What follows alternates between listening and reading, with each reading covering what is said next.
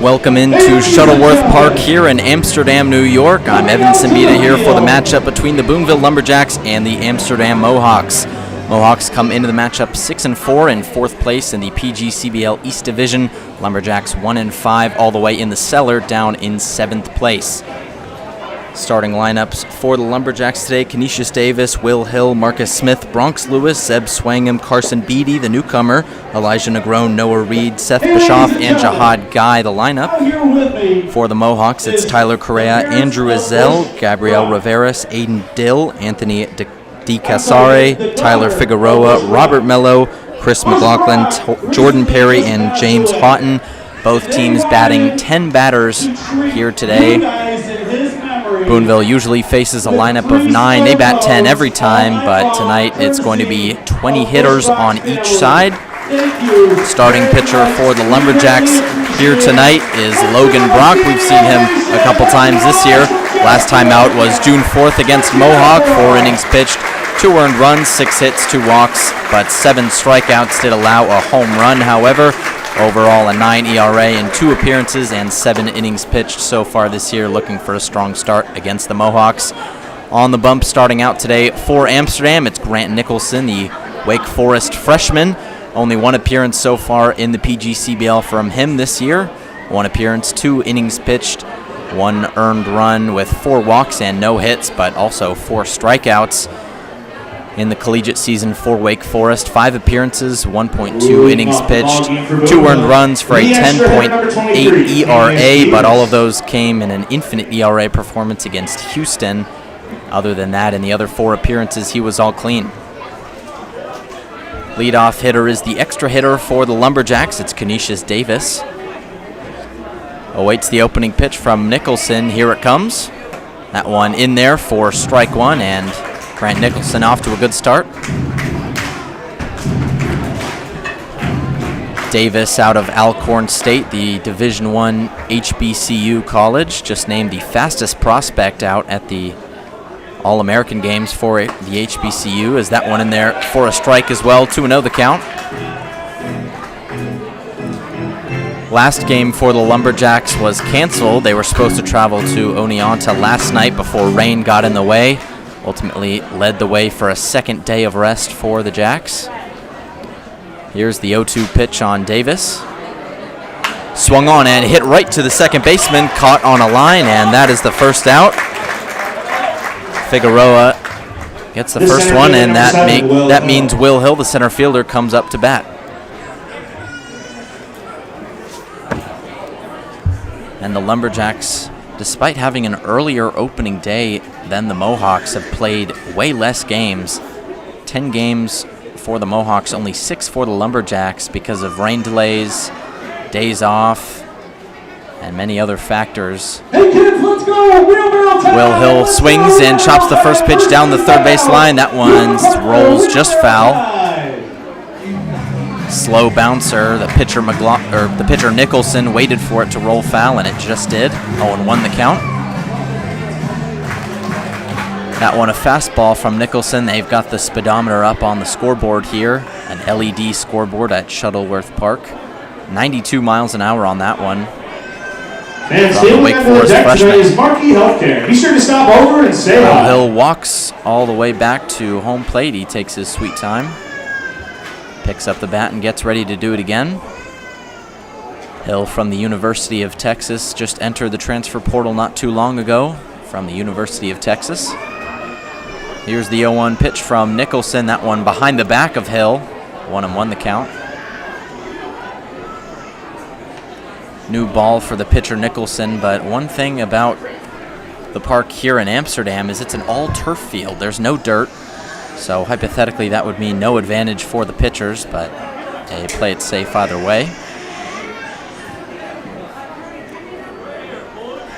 Dimensions here: 268 down the line to right field.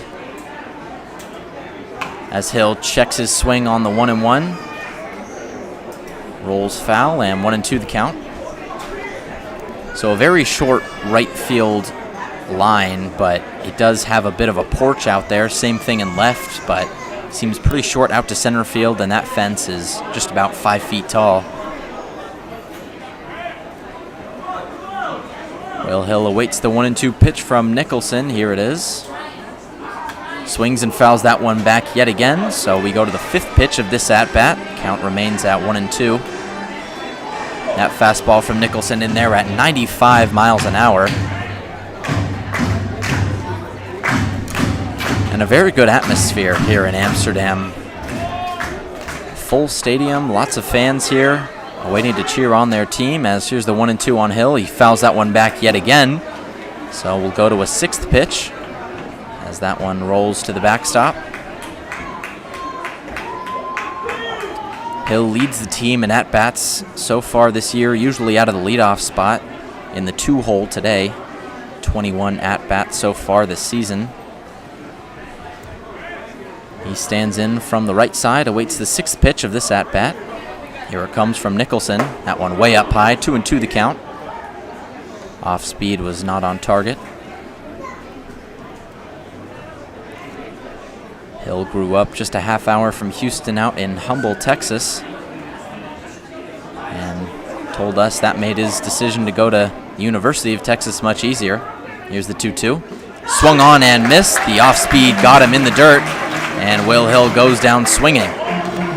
First strikeout of the game for McLaughlin. That brings up Marcus Smith, the left fielder. Just the 2nd game so far in the PGCBL season for Smith out of the University of Memphis.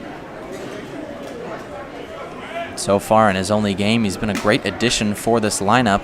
Homered in his last game for 4 RBIs, also had a walk. Here's the first pitch from Nicholson. That one off speed, they'll say it clipped the inside corner. 0-1 the count on Smith. Nicholson's been thrown a lot of strikes so far, only 3 balls through 3 batters so far in this one. Here's the 0-1 pitch. Swung on and missed. Fastball blown right by him. And quickly, Smith down 0-2. That one about shoulder height on Smith by 93 miles an hour. And Nicholson readies, awaiting his 2nd strikeout of the day. The 0-2 pitch is swung on and missed. He got him, and the Lumberjacks go down 1-2-3 in the top of the 1st inning. 2 strikeouts from Nicholson. It'll be Logan Brock, the pitcher for the Lumberjacks, out on the other side of the break. We'll have that right here on the Lumberjacks Radio Network after this.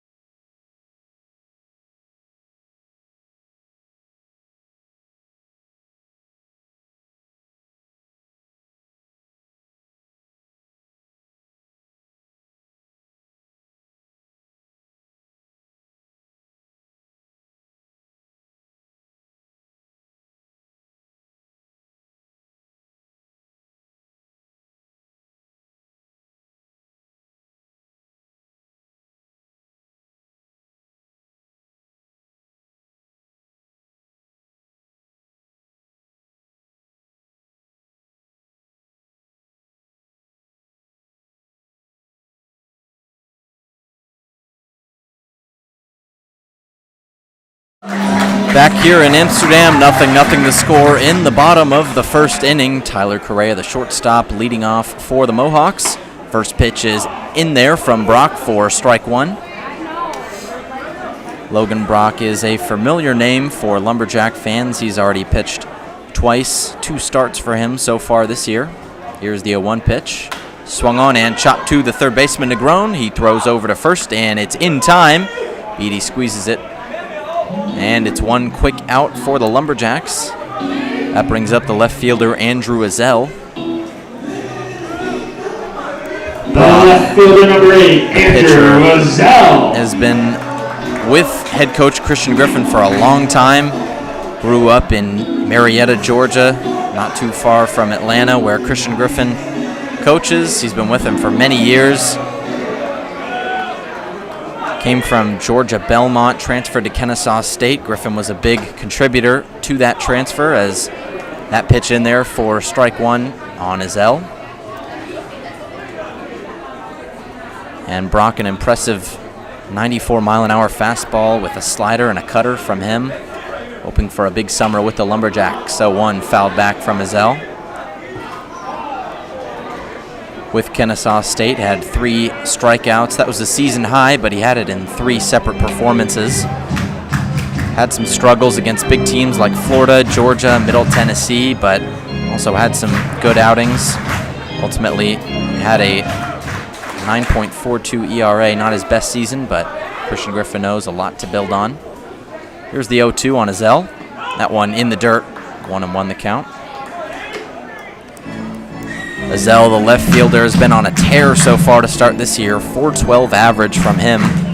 He's got more multi-hit games than games with 1 or less hits so far this year.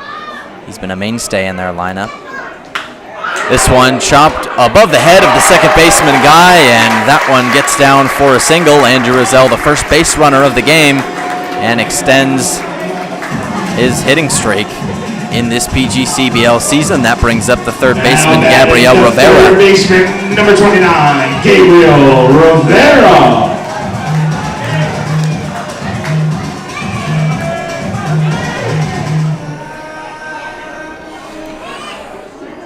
Rivera in the last game for Amsterdam had 1 hit, which was a double, and 2 RBIs. Here's the first pitch, swung on and hit over the first baseman. Beatty's head. This one gets down the line, and it's going to be extra bases. The runner, Azell, rounding third. He stops right there, and Rivera in there with the stand-up double.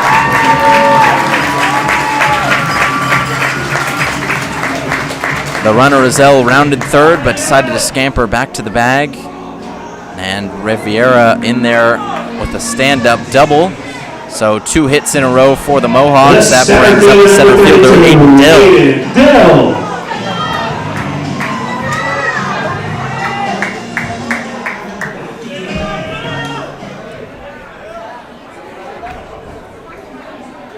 Dill. Dill stands in from the left side. Brock, a right-handed pitcher, steps off to grab the rosin bag and gets back on the mound. Dill in his last game had 4 at-bats, 2 hits, a walk, and 1 strikeout. Here's the first pitch. Swung on and fouled back behind the plate. 0-1 the count. Dill has been in the lineup every single game for the Mohawks so far this year. 10 games played, 10 starts, and 34 at-bats for the Seton Hall freshman. Awaits the 0-1 pitch from Brock. Shakes off a sign from his catcher. Shakes off another. Finally gets one that he likes, and the umpire calls time. Aiden Dill wanted to think things over. Runners on second and third. That's Azell off the single and Rivera off the double. Still 1 out here in the bottom of the first. Here's the pitch. This one swung and hit right back to the pitcher, Brock. Fakes over to third and gets the runner back in time, but goes to first for the out. The first baseman, Beatty, in his Lumberjacks debut, tags out Dill, and that means 2 outs in the inning. That brings up the catcher, Anthony DeCesare.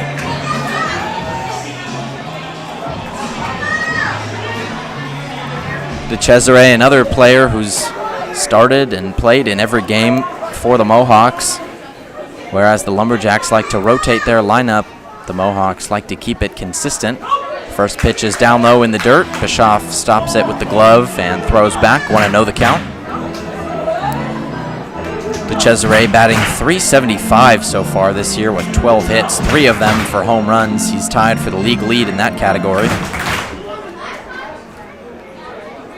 That pitch by the catcher Bischoff bounces off the backstop, and he can't get the throw off in time. Ezell slides into home, and the first run scored by the Mohawks off of a wild pitch. That one, there might have been enough time, but didn't come off the backstop quite right. And it's 1-0 Amsterdam here in the bottom of the first inning. Still a runner on third for Brock to deal with. That's Rivera off of his double. He advanced on that wild pitch as well. Cesare ahead in this count, 2-0. Here's the pitch from Brock. Swung on and hit up the middle. Guy gets it off the side of the glove. Throw is not in time. Another run scores, and an infield hit for Anthony Cesare. 2 runs on the board for the Mohawks. That brings up the second baseman, Tyler Figueroa.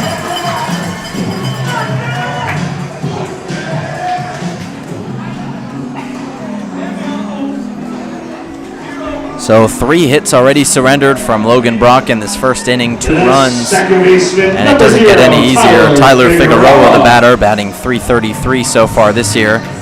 Only 2 games played for him, but out of Wake Forest, a junior as well, a lot of experience in his bat. Runner on first is De Cesare. Here's the first pitch that's in there for strike 1. Fans, be sure to check out the speed of every pitch. Lumberjacks desperate for wins at this point in the season. Don't want to get off on too bad of a start. It's a great roster with a great coaching staff, but these losses piling up already in last place. Here's the 0-1. Curveball dropped in there. 0-2 the count. And this coaching staff not worried at all. They're confident that the wins will come, but as we get more and more into this PGCBL season and playoff contention starts to become a thing, these losses can't pile up for the Lumberjacks. 0-2 is inside on Figueroa, 1-2 the count.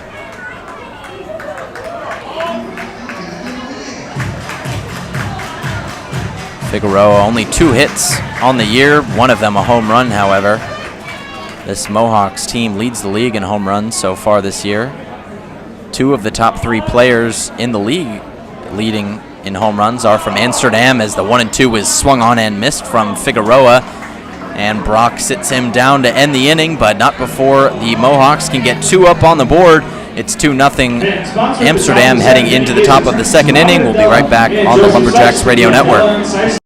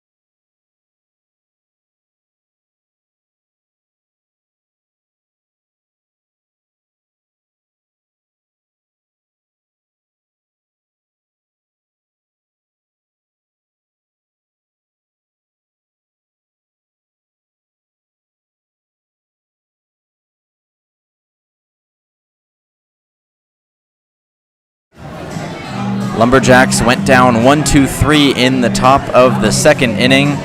It was a ground out from Bronx Lewis back in the lineup after colliding with the fence a couple days ago in the designated hitter spot.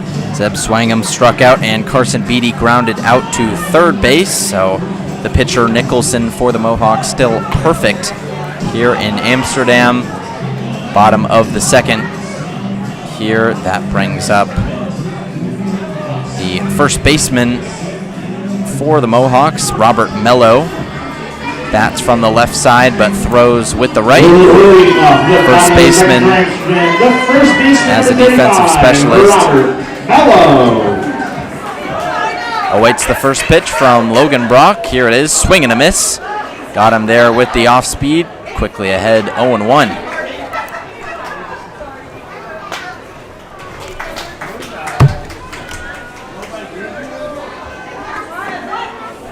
That one, next pitch is outside for ball one. Mello so far this year has played in all 10 games for the Mohawks, but has only started 7 of them. 25 at-bats across his 10 appearances. Here's the 1-1, swung on and hit down the first base line, but foul. Hits off the fence over near the Amsterdam bullpen, and the count moves to 1-2. Mello played a year at Hudson Valley Community College, ultimately redshirted his freshman year and now committed to the University of Delaware. As he swings and hits the 1-2 pitch high up to third base, Swangam gets underneath it and makes the catch. One quick out in the inning, and that brings up the designated hitter, Chris McLaughlin. The designated hitter, number 21, Chris McLaughlin. McLaughlin, another commit, this one to Columbia. Still a high school senior. McLaughlin hasn't even touched a college field yet, but already batting .444 in 7 games with the Mohawks. Off to a productive start, 8 hits in those 7 games with a .611 slugging percentage. Down 0-1, here's the pitch, swings and hits it to the pitcher Brock. It hits off the mound, shortstop's got it, throws over to first, and in time. Great throw from the shortstop. Negron got him, and 2 outs in the inning. That brings up the right fielder, Jordan Perry. Thought Brock could have had that one. Tried to lunge down at it to get the ball, but ultimately bounced off the mound in Negron's direction and was there to make the heads-up play. Umpire down there at first base is very delayed with the signals as Perry swings and misses on that one. 0-1 the count. Takes 3, 4, even 5 seconds to make the call, but ultimately an out there. Perry down 0-1, swings at this one, chops it right to the third baseman, Swangam. It's a slow one, and the throw not in time. Dropped by the first baseman, Beatty, but don't think it would have got him even if he caught it. That one was a slow dribbler right down the third base line, and Jordan Perry's in there with an infield hit. That brings up the 10-hole hitter, James Houghton, batting out of the extra hitter spot today.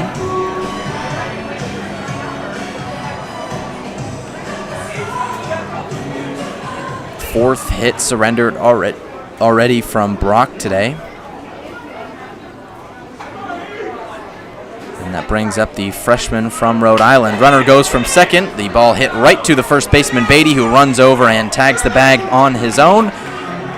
And the Lumberjacks escape with no runs on the board, just the one runner. Jordan Perry stranded on first after an infield single, and that will do it for the second inning. Top of the third coming up on the Lumberjack Radio Network right after this.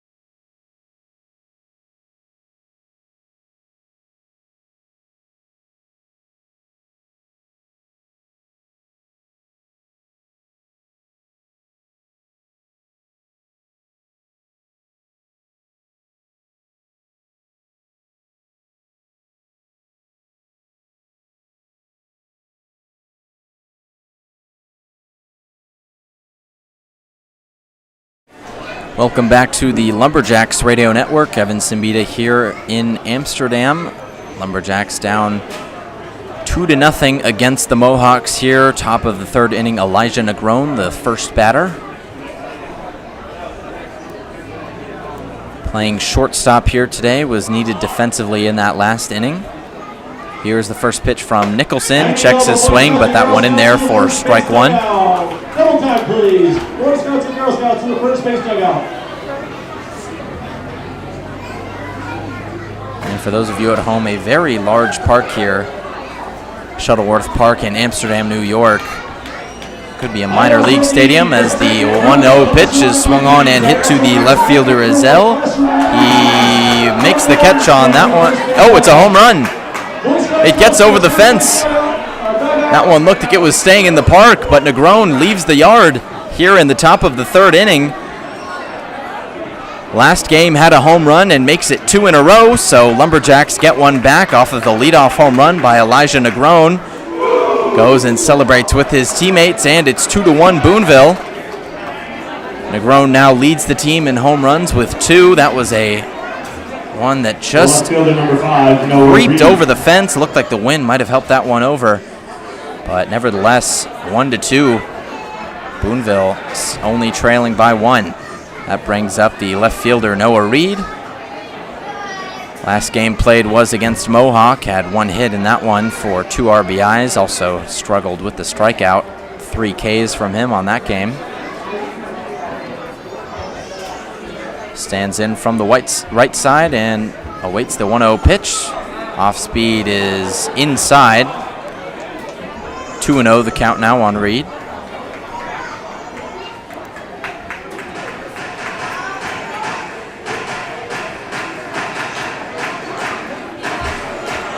So the home run off the bat of Negron makes it a 1-2 ball game as the 2-0 pitch in there for the first strike of the AB. Off speed was dropped in there, 2-1 the count. Underneath the first base dugout. Ward Street MVPs underneath the first base dugout. Scouts to lead. Reed, a 200 average so far this summer in the PGCBL. Here's the 2-1 pitch. That one down low, 3-1 the count. Nicholson, no walks so far here today. Had 4 in his last appearance in just 2 innings. Command issues haven't reared their head so far yet today, but down 3-1. We'll see what Noah Reed does. Here's the pitch from Nicholson. Swung and a miss. That off speed way outside, but Reed fell for it, and the count runs full for the second time today. As I mentioned, Reed struggles with the strikeout, something he's been trying to work on here in Boonville so far this summer. See if he can fend one off here. Here comes the payoff pitch from Nicholson. Swung on and missed. Got him with the off speed. 2 straight in a row get Reed swinging and missing. And 1 out in the inning. That brings up the catcher, Seth Bischoff. 4 strikeouts already for the pitcher, Nicholson. And that brings up Bischoff. Bischoff also played in that Mohawk Valley game his last time out. 1 hit, 1 walk, but 2 strikeouts from the backstop. Off speed is above his head, almost hits his bat behind his back. Ducks out of the way and 1-0 the count. Jihad Guy on deck for the Lumberjacks, and we reset to the top of the order with Canisius Davis.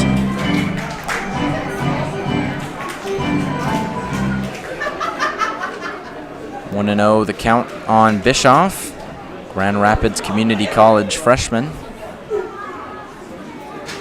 The righty awaits the pitch. Here it comes.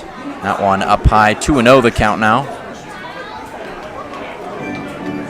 And Nicholson with a 10.8 ERA in the collegiate season entering the PGCBL summer, but we see that a lot from a ton of these arms come out here with a lot to prove, and they come out here, a lot of them, especially from the D1 level, and shove.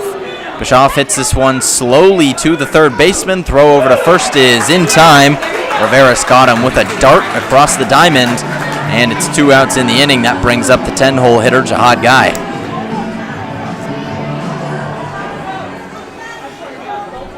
Rivera has needed to make a lot of plays over there at the hot corner so far today, and he's been perfect so far. That brings up Jihad Guy.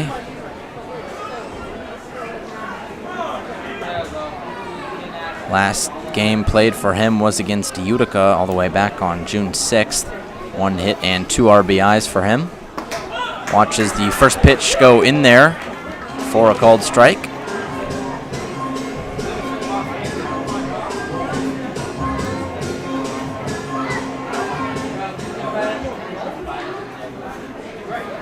Nicholson ahead 0-1. Here's the pitch, swung on and missed in the dirt. The off-speed got him, and Jihad Guy quickly down to his final strike. Short dimensions already playing an effect here off of the Elijah Negron home run to left field. Supposedly 280 out to left, one of the shallower ballparks here in the PGCBL. Here's the 0-2 on Guy, checks his swing but did not go. That one up high, and 1-2 the count. The fastball not in there. Guy used out of Bruton Parker Christian University primarily as a defensive substitution or a pinch runner. Had more than double runs scored than at-bats in the last collegiate season, a speedster. Here's the 1-2. That one in the dirt. The catcher, Deschare, had to dive but couldn't find it. It rolls all the way to the backstop, but with no runners on, they'll reset. 2-2 the count on Guy. Only 2 hits and 9 at-bats at Bruton Parker. Both of his hits came in the first 10 games of the season.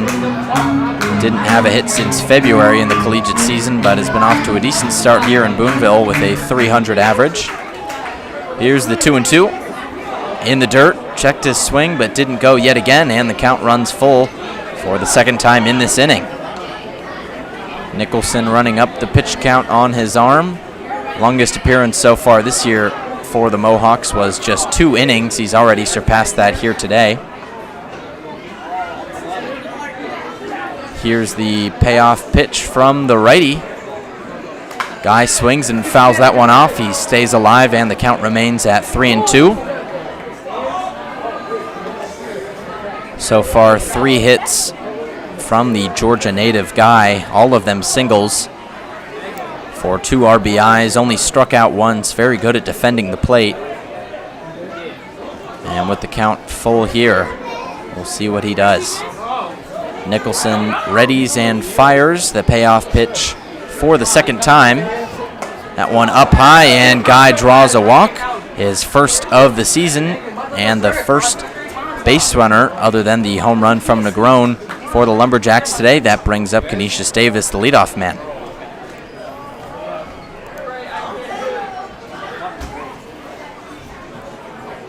The extra hitter number So the first 2 Davis. batters to reach base in this inning for the Lumberjacks in this one.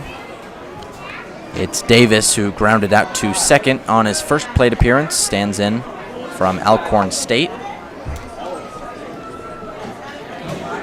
Here's the first offering from Nicholson. He backs away from that one, but dropped in there. Off speed called a strike. Last game for Boonville had 1 hit and 2 RBIs, as well as a walk and a hit by pitch. But Davis, who came in late this summer as a pickoff move by Nicholson, not in time. Guys in there head first. Davis was expected to bolster this lineup, and he has, batting .429 so far this year with a .600 on-base percentage.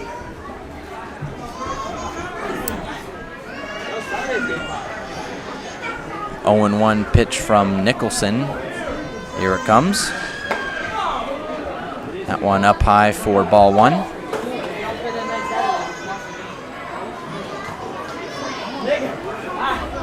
Davis, the reason he reported late to Boonville was because he was an All-American at the HBCU level, was named the fastest prospect in all HBCU baseball just last week.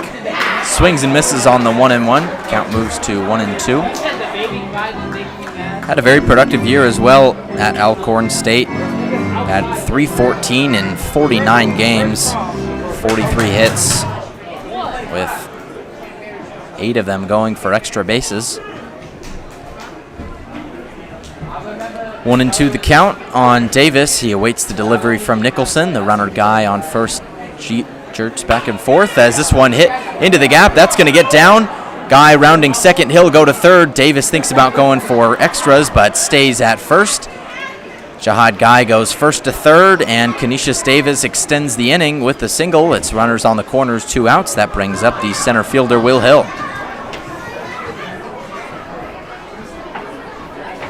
The center fielder, number 7, Will Hill. Hill struck out swinging in his first plate appearance. That's been the issue for him so far this summer in the PGCBL. 7 strikeouts already, 8 if you include the one from today.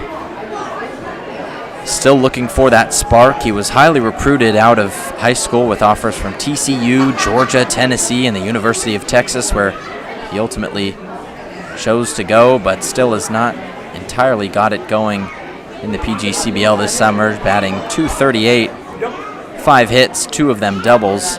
Not bad numbers by any stretch of the imagination, but nowhere near what he is capable of.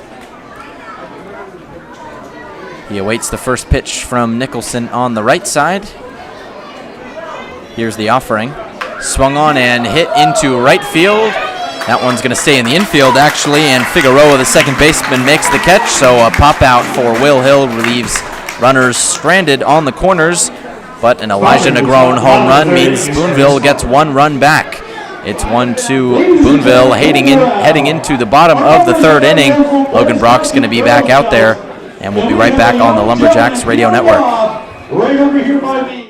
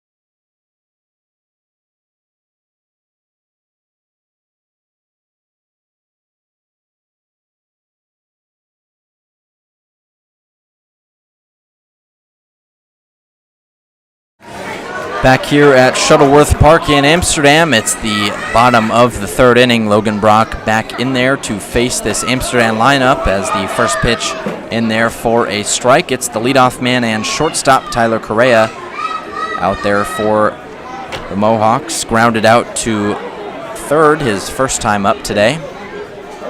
Brock steps off to collect himself. Last game for the Mohawks, Correa had 1 hit and 1 strikeout, as well as 2 hit by pitches, as that one almost clips him in the head, up high, but misses. Ultimately 1-1 the count. So far, Correa with one of the lower batting averages in this Mohawk lineup at just .237. This one swung on and hit into the left center gap, and that one gets down. He's rounding second. The center fielder gets it in, but he's going for third. Guy, the cutoff man, gets it over to swing him, but not in time. And he was in there quite easily. Tyler Correa with a leadoff triple to start this inning, and that brings up the left fielder, Andrew Rizell.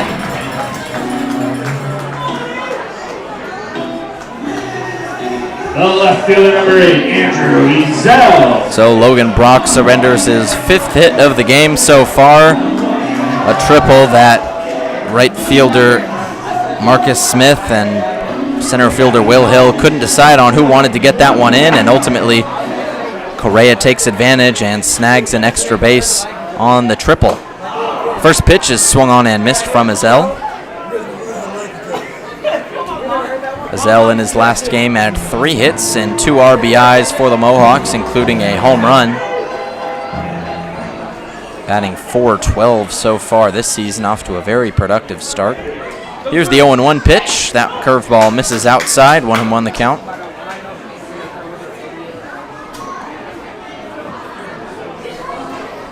And Ezel with 14 hits so far this year, but doesn't draw the walk too often. Only 1 so far this year, but added his 15th hit earlier in this game.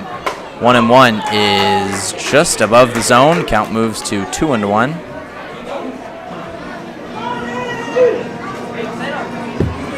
Ball boy for the Mohawks runs behind the backstop. They stop play for a moment, but the umpire gives the all good. 2-1 the pitch. That one way up high, and the count moves to 3-1. Brock in danger of putting the first man on via walk so far today.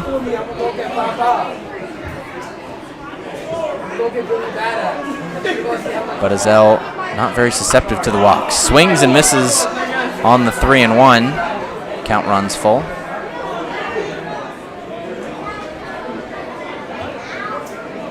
Five hits so far for the Mohawks, just 2 for the Lumberjacks. Suppose they considered the Jihad guy single an error. As Ezel clips this one with a golf swing into left field, tagging and scoring from third is Correa. He's in there with the head first slide, and the Mohawks up 3-1 in this one. Still 1 out in the inning off of the Ezel flyout, and that brings up the third baseman, Gabriel Rivera.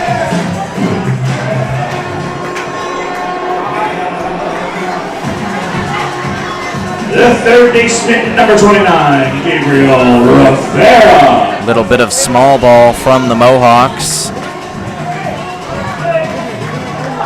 but you take what you can get. 3-1 the score, and Gabriel Rivera, the third baseman, stands in, swings and fouls this one up and above the Amsterdam dugout. Oh, I hear breaking glass. Who are you going to call? Pete at Vanderglass. Rivera's doubled and ultimately came around to score in his first plate appearance in the first inning.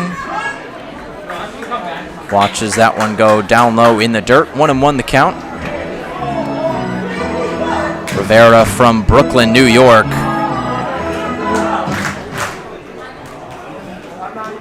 Watches that one go for strike 2. 2-1 the count.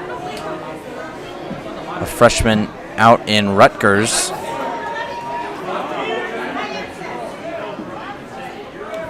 A big 6'3", 200-pound righty out from the Big Ten. Here's the 1-2, that one in the dirt. And the count moves even, 2-2. Still 1 out in the inning. A run scored off of the Correa double and the triple, and Ezel sac fly. 2-2 the count on the third baseman, Gabriel Rivera. Here's the pitch from Logan Brock. Checks his swing. He says does not go. Appeal down to first. They'll say he was safe, so the count runs full. First full count of the day for Rivera. Listed as 6'3", but towers over the box. Could be even taller than that. Low stance, though. Bends his knees. Swings and misses on that one. The foul tip gets him down, and another strikeout in this game for Logan Brock. That's his second so far today, and that brings up the center fielder, Aiden Dill. The center fielder, number 32, Aiden Dill. Dill grounded out to the pitcher's mound in his first at-bat. 6'2" lefty out of Seton Hall. Watches the breaking ball go inside for strike 1, 0-1 the count. And Brock looks a lot more relieved out there with 2 outs, no runners on. Ahead in this one, 0-1. Here's the pitch. That one hits the catcher Bischoff's glove, but goes behind the plate. Ball, the call from the home plate umpire. Count moves to 1-1. Dill so far this year batting .382 with the Mohawks in 34 at-bats. Brock steps off to reset.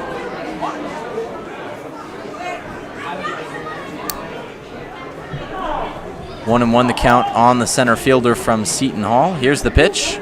Swings and misses on that breaking ball. Count moves to 1-2. And one interesting thing about the PGCBL is players control the radar gun. 2 players behind home plate for the Lumberjacks with the gun so far today, as that one breaking ball drops down. 2-2 the count. Looks to be Spencer Biggerstaff and Jackson Baptist, 2 pitchers. Even though they display the miles per hour on the big LED board here at Shuttleworth, Coach Christian Griffin wants his own readings. That breaking ball down low. Count is full now, 3-2.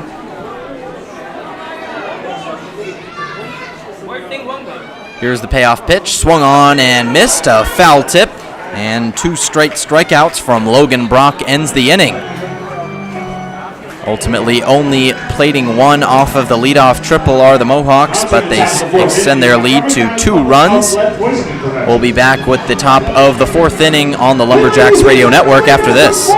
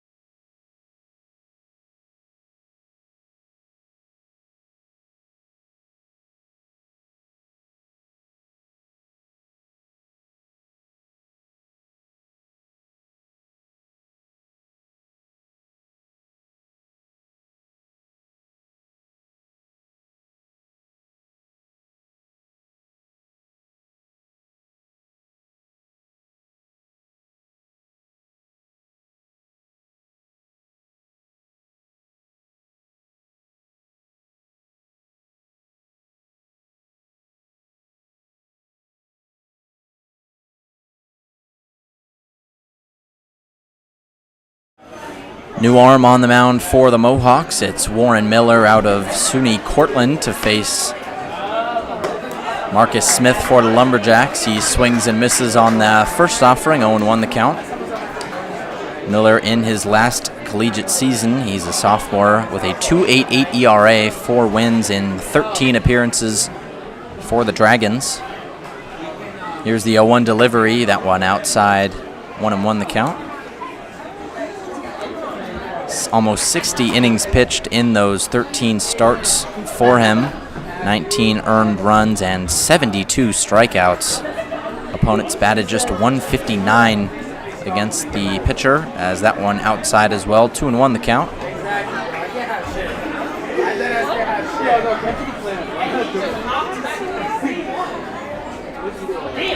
Miller stands in from the left side. Delivers, and that one almost hits the knees of Smith. 3-1 the count. Smith, in his first plate appearance today, struck out swinging, was one of 2 in a row for the Lumberjacks in that first inning. Here's the 3-1 pitch. Swings and hits this one to third. Rivera's throws across the diamond, and the play in time. Mello squeezes it for out number 1, and that brings up the designated hitter, Bronx Lewis.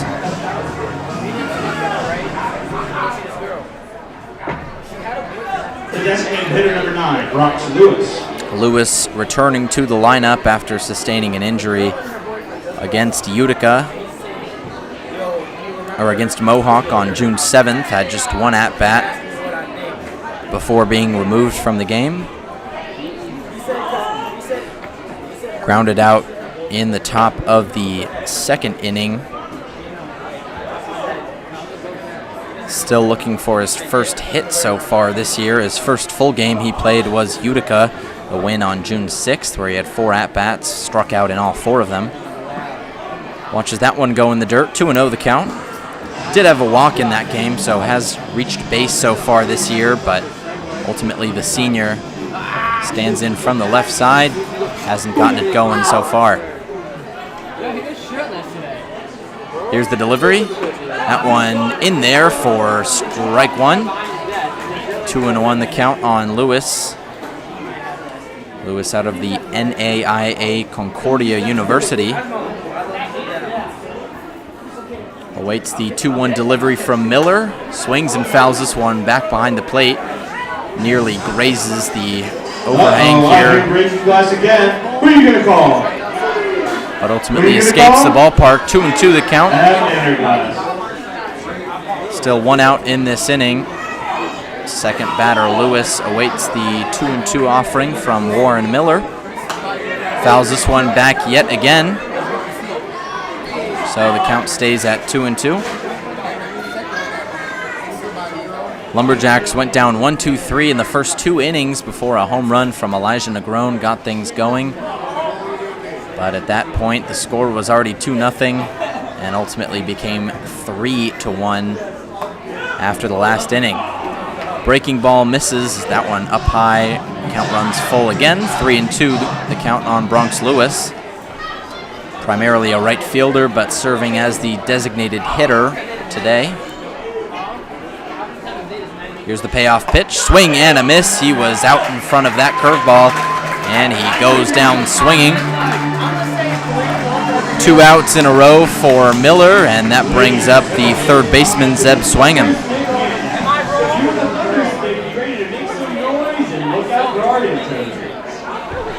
First strikeout of the day for Miller, 5th overall for the Mohawks in this game. Swangham struck out looking in his first plate appearance as that one in the dirt skips and hits the home plate umpire. Ultimately collected by the catcher Descare and thrown back to the pitcher. 1-0 the count.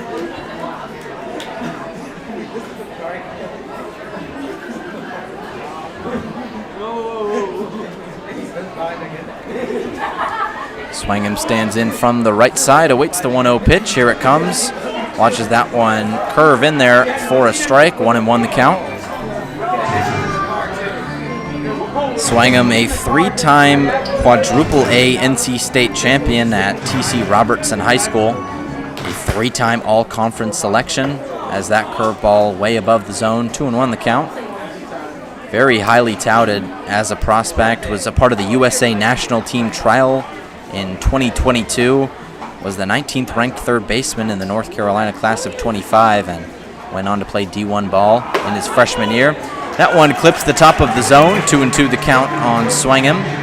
Steps outside and adjusts his gloves before getting back in the right-handed box. Last game against Mohawk, Swangham had 1 hit for an RBI as well as 2 strikeouts. 2-2 pitch is in there for a called third strike. Swangham stuck with the bat on his shoulder, and a 1-2-3 inning, the third of the day for the Lumberjacks. Still 3-1 Mohawks going into the bottom of the fourth inning. I'm Evan Simbita, and I'll have that right here on the Lumberjacks Radio Network after this.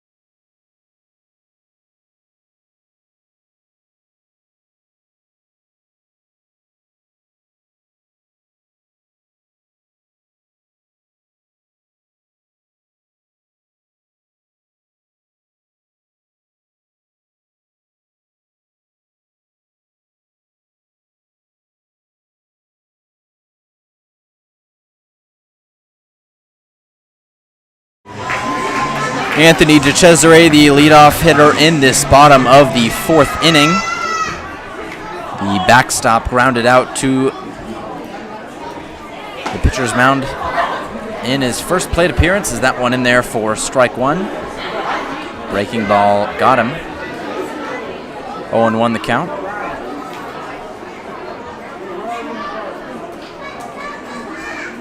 0-1 pitch is swung on and hit right down the first base line. It's high but curving foul and ultimately gets out of play.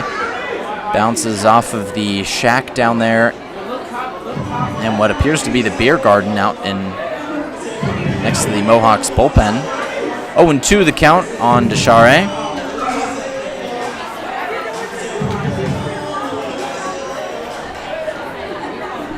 Brock only 2 strikeouts so far today, hunting for his third on this 0-2 pitch.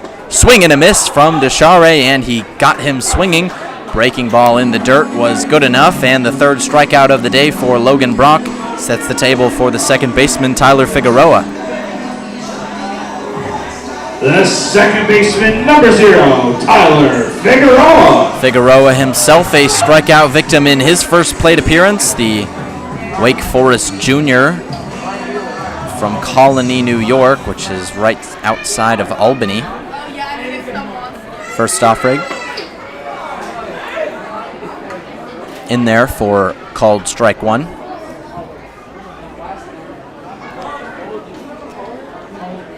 Figueroa with a home run in his last game. Here's the pitch. Breaking ball inside yet again and called strike two. Logan Brock ahead in the count, 0-2 for the second straight batter. And hunting here for a fourth strikeout against Tyler Figueroa. Here's the pitch, swung on and hammered down the first base line. That one is off the wall, picked up by the right fielder Smith, got to the cutoff guy. Flashes off of his glove, picked up by the shortstop Negron, but a stand-up double for Tyler Figueroa. He was down 0-2 and hit it right off of the NBT Bank sign down in right field. That one just about 3 feet from being foul, but brings up Robert Malo, the first baseman.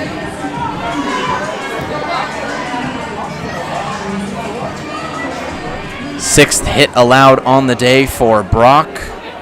Still, he's kept it to 3 runs. Runner in scoring position with 1 out for Robert Mello. Swings and misses on the first offering, quickly down 0-1. Mayo popped out to the second baseman to lead off the second inning in his first plate appearance today. Here's the 0-1. That one in the dirt. Bischoff stops it from going in between his legs with the glove and throws back to the pitcher, Bischoff. That one called the ball, though. 1-1 the count. So far this summer with Amsterdam, Mello's played in all 10 games, batting .360 with a .500 on-base percentage. Here's the 1-1 on the first baseman. Swings and hits this one into left field. Picking up and throwing in is Reed. So the runner Figueroa stops at third, but it's runners at the corners. 1 out for the designated hitter, Chris McLaughlin. The designated hitter number 21, Chris McLaughlin. Logan Brock in some danger here of surrendering more runs. Lumberjacks already down by 2, but hoping to stop the damage there. McLaughlin, the designated hitter today, so far has grounded out to short. That came in the bottom of the second inning. His only at-bat so far today. Pickoff move by Brock is not in time. Mello slides back in there safely head first.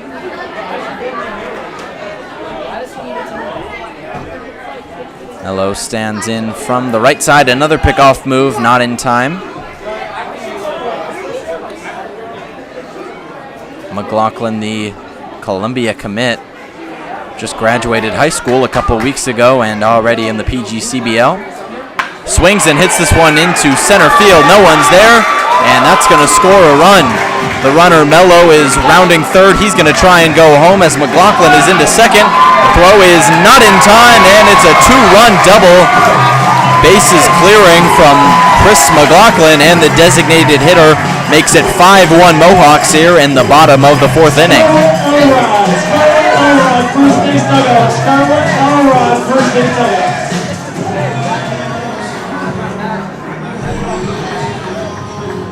So an 8th hit surrendered by Logan Brock so far here today, a 5th run, and a defensive meeting with his catcher, Seth Bischoff.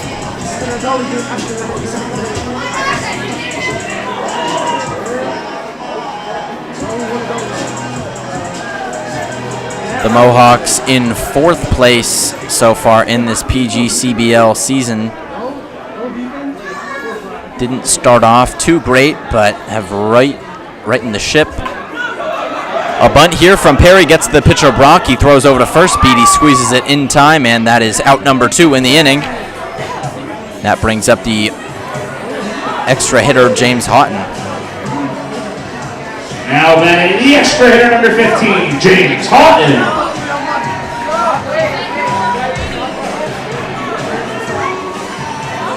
Runner McLaughlin advances from second to third on that sacrifice bunt.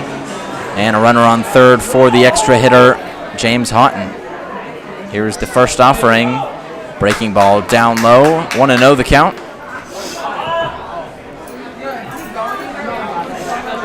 Houghton grounded to first in his first plate appearance today.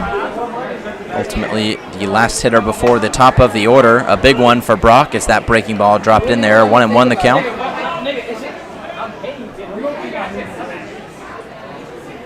.80 miles an hour on that curveball from Brock. 1-1 the count. The fast pitch is in there for strike 2. That's one thing we see a lot from Logan Brock. He likes to get hitters on their toes, likes to pitch before they're set. Here's the next delivery. 1-2 the count, and that one just misses. Just barely outside. It would have been a called third strike to end the inning, but instead it's 2-2. Runner on third is McLaughlin. Got on base off of a double and was sacrificed over. Here's the 2-2 from Houghton. That one in there for a called third strike. Logan Brock got him 4th K of the day, but not before Mohawk can plate 2. It's 5-1 Amsterdam here on the Lumberjacks Radio Network. We'll have the top of the 5th for you on the other side of the break.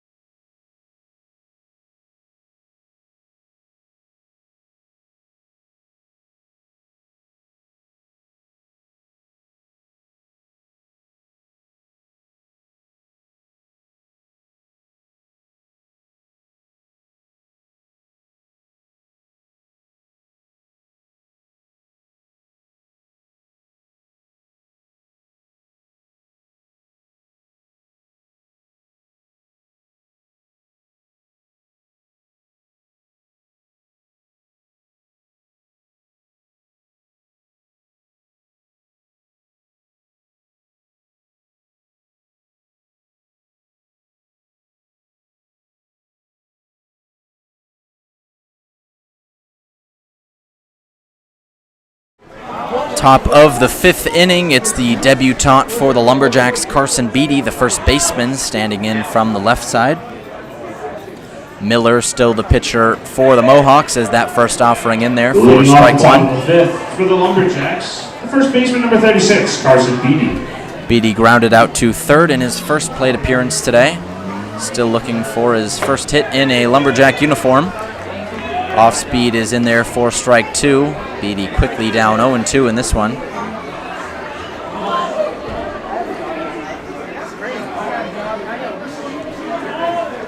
Leadoff batter in the inning awaits the pitch, and that one in the dirt, stopped by the glove of Descare, and 1-2 the count now. Work ethic second to none and a strong sense of pride and quality, Briggs & Son proudly service all seasons long by long.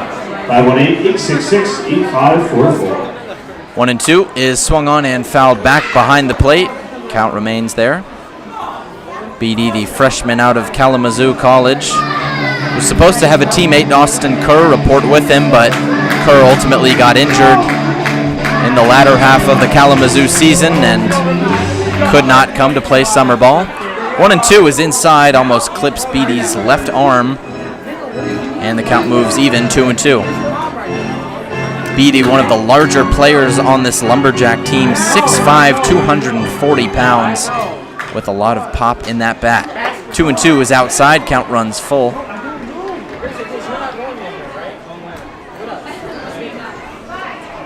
Warren Miller, the pitcher, coming out in relief, but quickly putting a lot of pitches on his arm in this top of the 5th inning. Payoff pitch is in there for a called third strike. Beatty caught with the bat on the shoulder yet again. And the strikeout problem for the Lumberjacks continues to arise. That brings up the shortstop, Elijah Negron.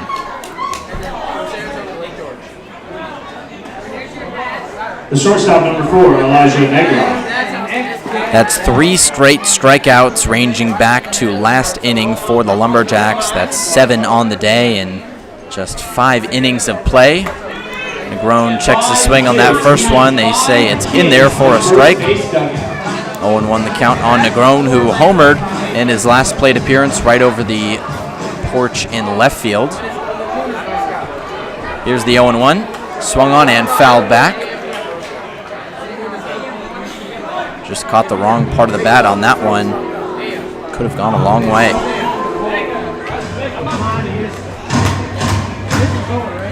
Negron out of the University of Maryland East Shore, the Division I HBCU college. He's down 0-2 in this one, and that one right down the middle for a 4th straight strikeout. 3rd in a row looking, and the Lumberjacks just can't get anything going in this one. That brings up the left fielder, Noah Reed. Left fielder, number 5, Noah Reed.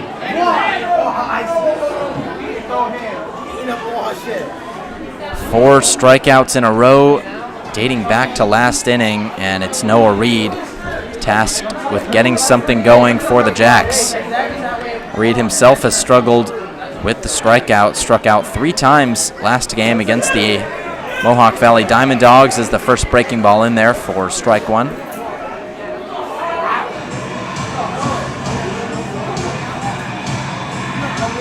Oh, and 1 the count on the 5'11" outfielder from Alabama. Played ball at North Central Texas College, the Division I JUCO, this last season. That one in the dirt almost hits the umpire, but catches the mask of Descare, the catcher. 1-1 the count.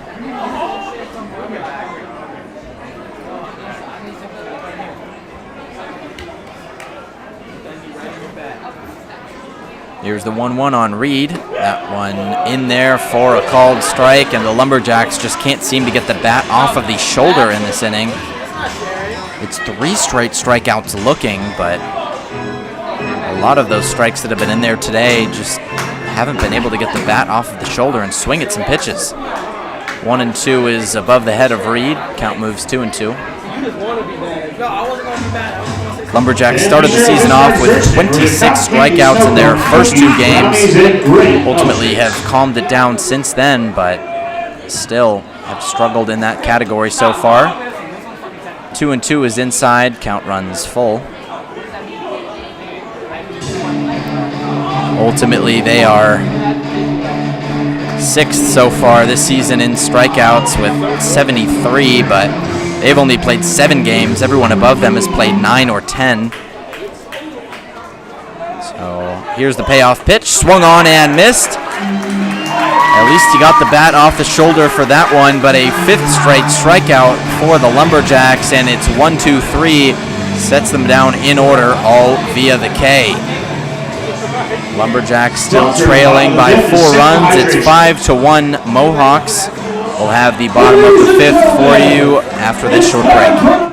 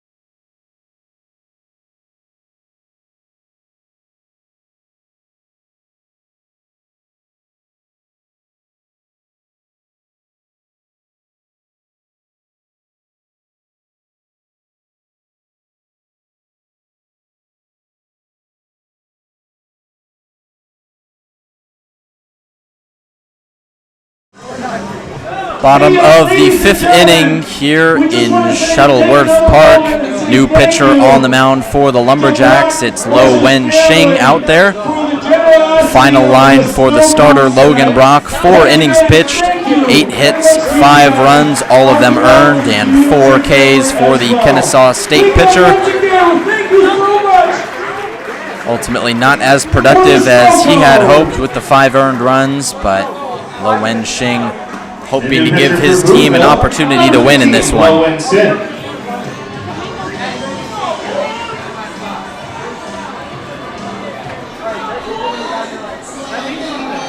Lo Wen Shing so far, his last appearance came against Utica, 1.1 innings pitched, allowed 1 hit and a walk for 1 earned run. Ultimately, so far this year, 3 appearances with a 1-1 record, 5.2 innings pitched for a 6.35 ERA, but he's been nails coming out of the bullpen for the Lumberjacks so far this season. Numbers don't quite tell you how good of a player he is. It's the leadoff man, Tyler Correa, the shortstop out there for the Mohawks to lead off the inning. That first pitch way up high, 1-0 the count. Correa grounded out to 3rd in his first plate appearance and had a leadoff triple in his last. That one up high as well, 2-0 the count. Correa quickly ahead.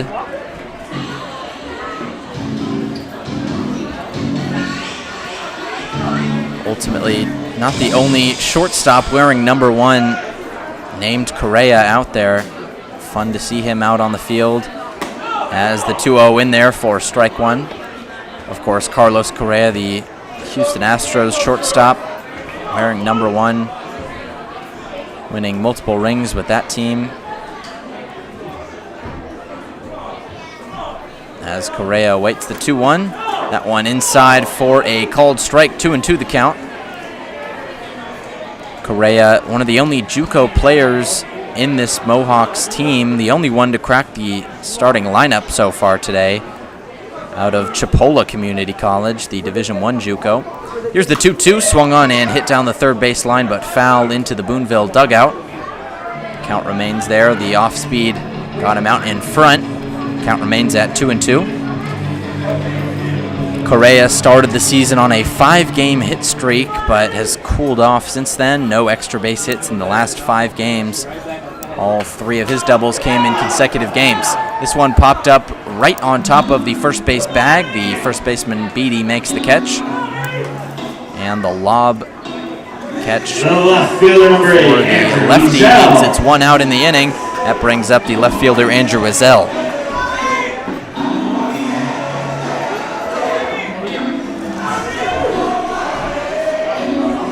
Azell was a sacrifice fly RBI in his second plate appearance today, singled in his first. A productive day from the left fielder. First pitch from Shing is outside for a called ball.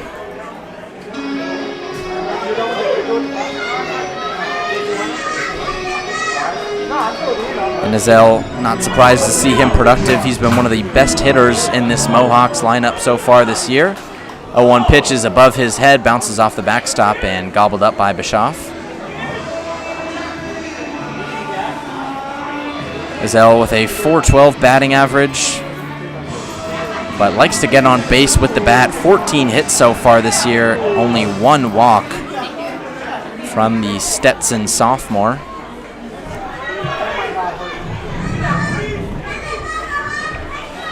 Here's the 2-0 from Shing. That one outside again, so 3-0 the count. Shing quickly behind.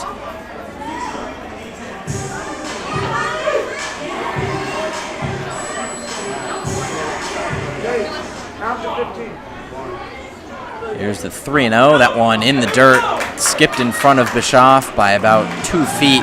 And a 4-pitch walk to Andrew Azell. Lo Wen-Shing couldn't find the zone on that one, and that brings up the third baseman, Gabriel Rivera. The third baseman, number 29, Gabriel Rivera. First walk by any Boonville pitcher so far today. That's another area they've struggled with so far this season, but ultimately they've kept it calm here today at Shuttleworth Park. Rivera awaits the first offering. Here it is. That one finally in there for a strike after 4 straight balls from Shing. Rivera doubled in his first plate appearance, but struck out in his second. Here's the 0-1. That one up high. Bischoff has to stand up to grab that one, and 1-1 the count. Rivera, 6'3", 200 pounds, a huge, massive man, but squats down about a foot in his batting stance, bends the knees at quite a hard angle as a pickoff move by Wen-Shing is not in time.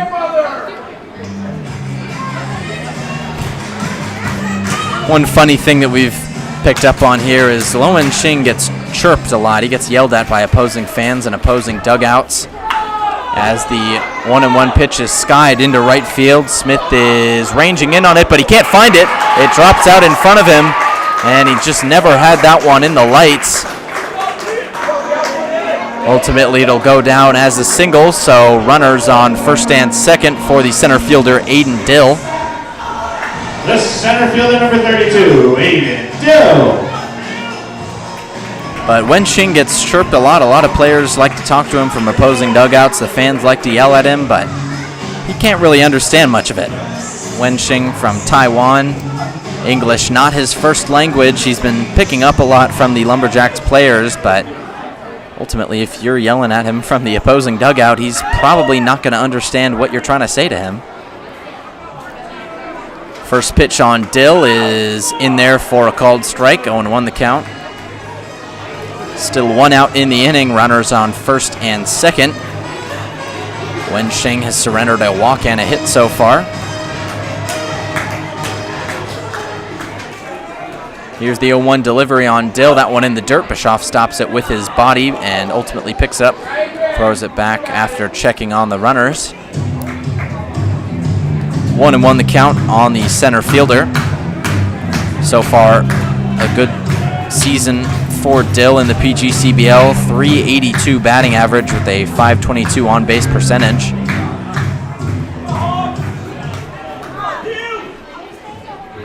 Here's the one. Outside, 2-1 the count now.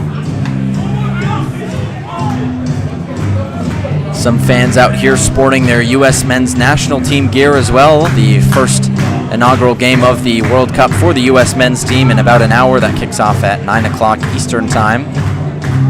Very excited for that one. 2-1 the count on the center fielder. Here's the pitch. That one in the dirt as well. Count moves to 3-1. And then a defensive meeting. The catcher Bischoff goes to meet with his pitcher Wen Xing. Wen Xing cannot throw a ball here. That would load up the bases.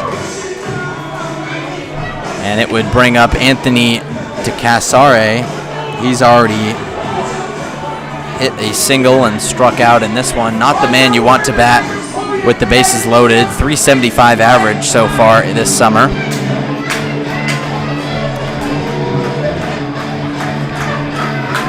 Plan of action is set for the 3-1 pitch on Dill. The righty Wen Xing awaits the delivery. Gets the sign from his catcher Bischoff and fires, swings, and hits it into right field. This one gets down for a single. Rounding third and scoring is the runner. The throw to third is in time. He got the runner over at third. It was Gabriel Rivera's who reached on a single. He's hosed from right field. Marcus Smith got him, but the run still scores. It was Azell scoring from second base, and it's 2 outs with a runner on first. Anthony DeCesare, the next batter.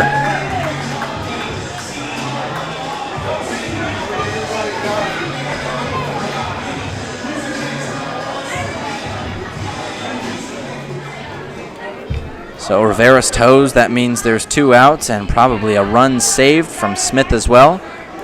Cesare awaits the first pitch from the right side, swings and hits this one into left field, and it gets down for a hit. Rounding and stopping at third is the runner from first, and stopping at second is De Cesare. So a stand-up double for the backstop. Runners on second and third with 2 outs in this inning. The second baseman, number 0, Tyler Figueroa. That brings up the second baseman, Tyler Figueroa. From where I'm situated behind home plate, I cannot really see what is happening out in left field. About the last quarter of the outfield is not visible from where I am sitting. We'll have to excuse any exciting plays out there in left that I can't quite get my eye on. First pitch is outside on the second baseman, Figueroa. 1-0 the count.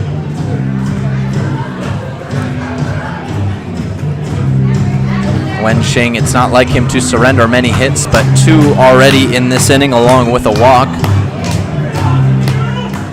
Runner on third is De Cesare. That one outside for ball 1, 2-0 the count. Runner on third as well. Wen Xing with 2 outs, however, needs to find a way out of this inning. Lumberjacks really need a win in this one, and to limit the damage to 5 would be huge. Here's the 2-0. That one in the dirt, and the count moves to 3-0. Wen Xing does have a base at first if he wants to put Figueroa on, but that would mean he would face the first baseman, Mello, who flew out and singled so far today. 3-0 the count on the second baseman, Figueroa. Here's the pitch. Checks his swing, but it's in there. Figueroa started walking towards first as if he'd gotten ball 4, but 3-1 the count.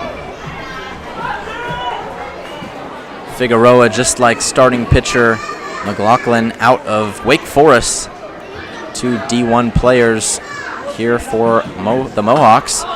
Chops this one off of his hand. It hit right in front of home plate and ricocheted back onto Figueroa. Count runs full now. Runners will be going from second and third. A single would likely plate 2. And Wen Xing has got to find his way out of this one. Christian Griffin trusts Lo Wen Xing a lot, showing his confidence here. And he needs to get out of the inning with only 1 run surrendered. It's getting loud here in Shuttleworth Park here in Amsterdam. Boonville feeling the pressure out there. Wen Xing takes his time and delivers the payoff pitch. That one down low in the dirt, and he walked him. So the bases are juiced. Ducks on the pond for the first baseman, Robert Mello.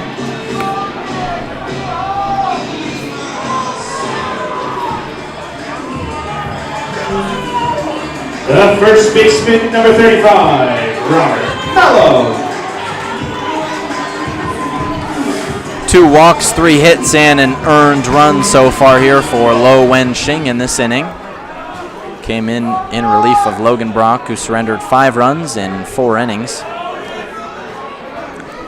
Here's the first pitch on the first baseman, Mello. That one in the dirt at Bischoff's hand side, and that one ball 1, 1-0 the count.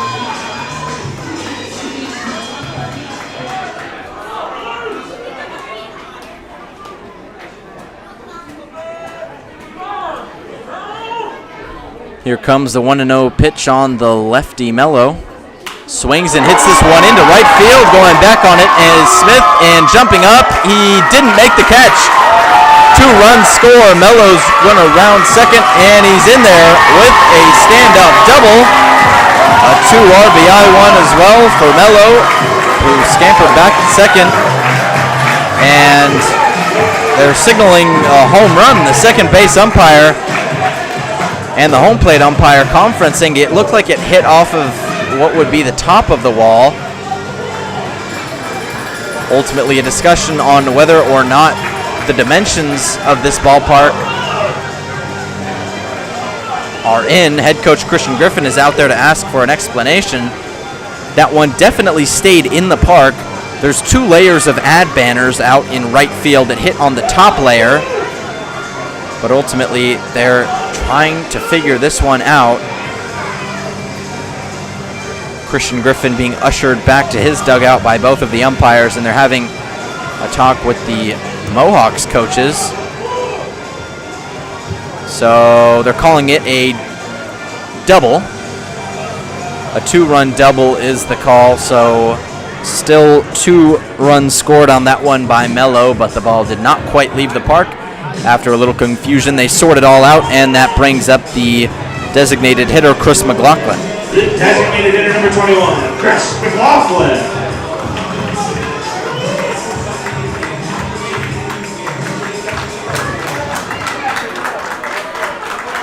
9-1 the score here in Amsterdam. It's getting a little bit ugly down here at Shuttleworth Park. First pitch from Xing is swung on and missed from McLaughlin. Got him out in front of that fastball. A difficult thing to do. 0-1 the count.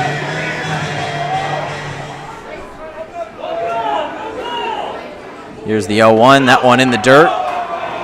The runner Mello from second act as if he was stealing, but ultimately went back to his base.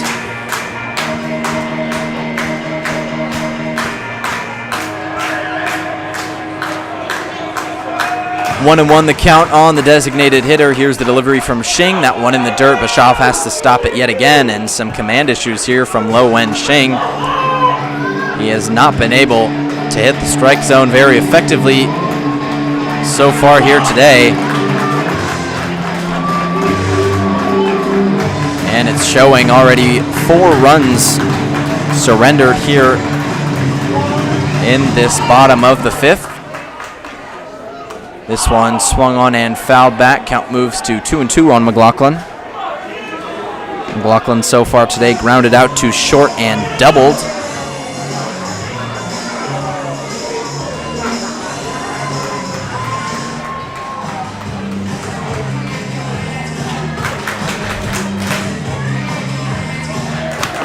Two and 2 the count on the Columbia commit. Here's the pitch from Xing. It's swung on and hit too short.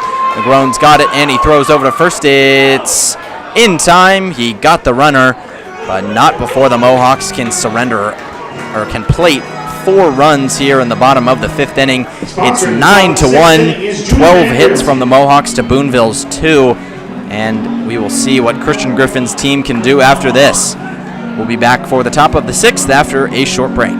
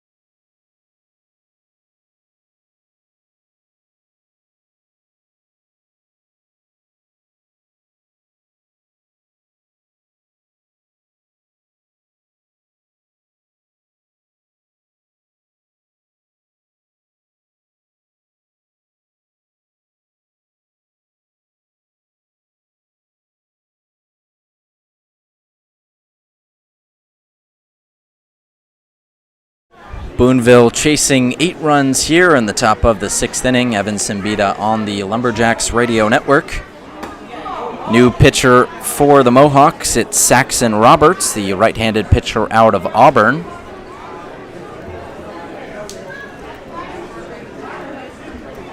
In there to face Seth Bischoff as the first batter in the inning. That one in there for a called strike, 1-1 the count. Roberts is a redshirt freshman.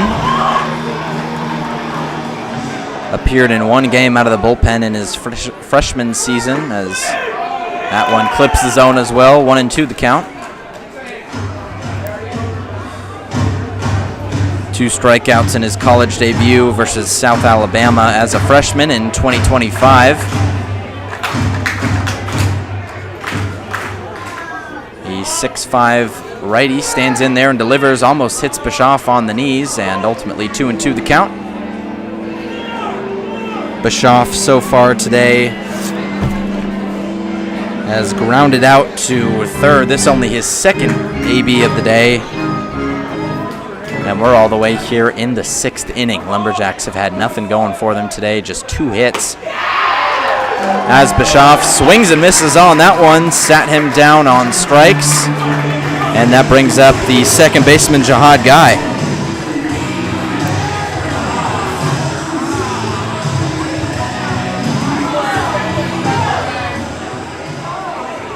The second baseman, number 17, Jihad Guy.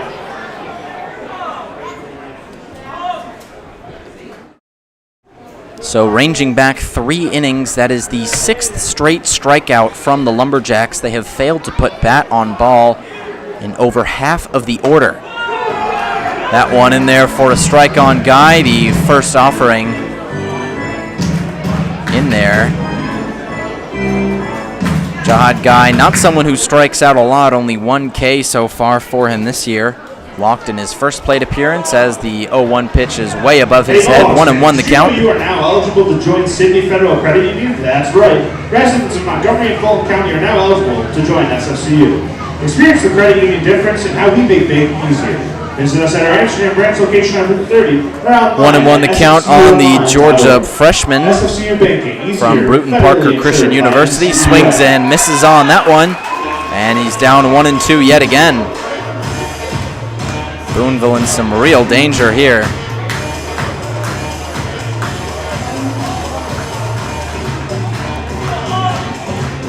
Boonville in last place, behind Glens Falls by a game, in 6th, and a called third strike on that one. 7 in a row for the Mohawks, and Guy walks back after watching strike 3 get in there. Absolutely no answers for this Amsterdam bullpen by the Lumberjacks.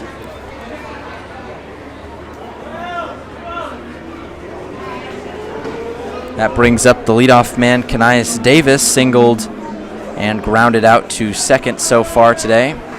Trying to avoid an 8th straight strikeout in this Lumberjacks lineup. First pitch is in there for a called strike, and the crowd's starting to get into it as well here at Shuttleworth Park. Saxon Roberts only faced 2 batters so far, but already struck out 2. Miller, the last arm out of the pen, faced 6 batters and struck out 5 of them. 0-1 is checked on, but he did not go. Count moves to 1-1. 2 outs in this inning after 2 strikeouts from Guy and Bischoff. Top of the order, Davis, the extra hitter today, trying to get something going.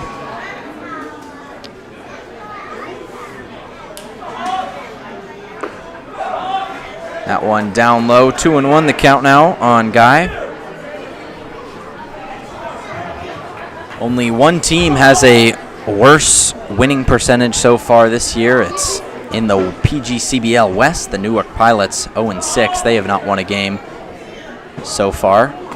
Swing and a miss there from Davis. Count moves to 2-2, and the Lumberjacks in danger of another strikeout. This would be number 8 in a row. Batting around the entire lineup strikeout-wise is not something you want to do. Here's the 2-2 offering from Roberts. That one outside. Davis watches it go, and the count runs full. Davis just looking for any way to get on base, a hit, a walk. At this point, if you're the Lumberjacks, you would take it. Top of the 6th, Lumberjacks down 9-1 against the Mohawks. No runners on, 2 outs. That one in there for a called third strike, and 8 strikeouts in a row, ranging back 3 innings. And the Lumberjacks have 0 answers for this Mohawks bullpen. Bottom of the 6th coming up after this on the Lumberjacks Radio Network. We'll have that for you right here after this short break.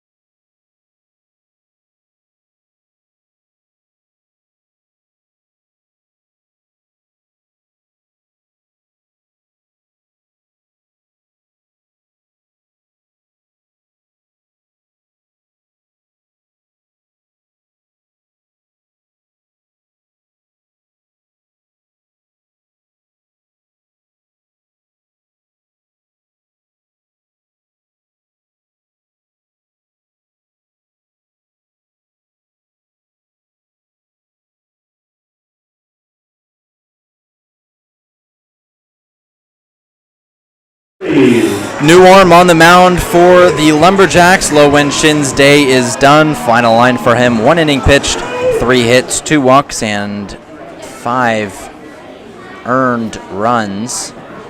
4 earned runs, excuse me. New arm on the mound is Garrett Albright. First pitch swung on and hit into left field. That's going to be a single for Jordan Perry, the right fielder, and the leadoff man on. 428. You have ticket 428. Please go to the souvenir center. Pinch hitting for the Mohawks from William and Mary, number 28, Brady Mills. Pinch hitter Brady Mills coming in for the Mohawks. Mentioned earlier they like to keep a consistent lineup, and that they have done. Mills so far only played 2 games, has not started yet, but looking to get going here this summer. Mohawks up 8, looking to get some different looks in. Only 1 at-bat from Mills so far this year. Struck out in his lone plate appearance, stands in from the right side, ready to face Garrett Albright.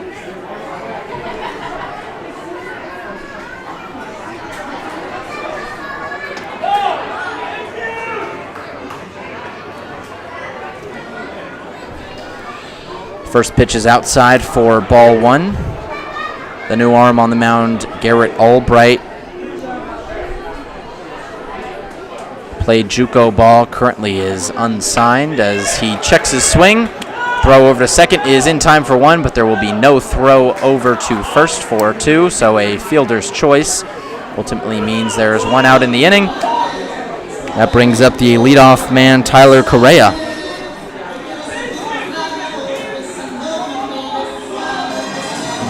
This shortstop number 1, Tyler Correa. Albright in his 1 start so far this year had 3.1 innings pitched, ultimately was factored with the loss.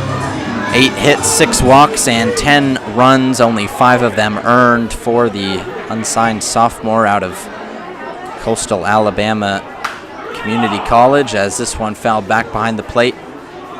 0-0 the count on Tyler Correa. Once again, if you have 50-50 ticket, Correa so far today has tripled and flown out and grounded out. Here's the 0-1 on the JUCO shortstop. Swings and hits this one to center field, ranging back on it, but getting under it is Reed, and he makes the catch. That one looked like it was going for a ride, but ultimately stayed in to one of the deeper parts of this ballpark, and 2 outs in the inning brings up the left fielder Andrew Wiesel.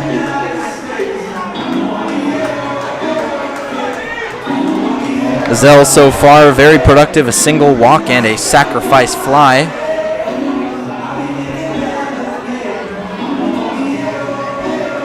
Batting .412 so far this current PGCBL season.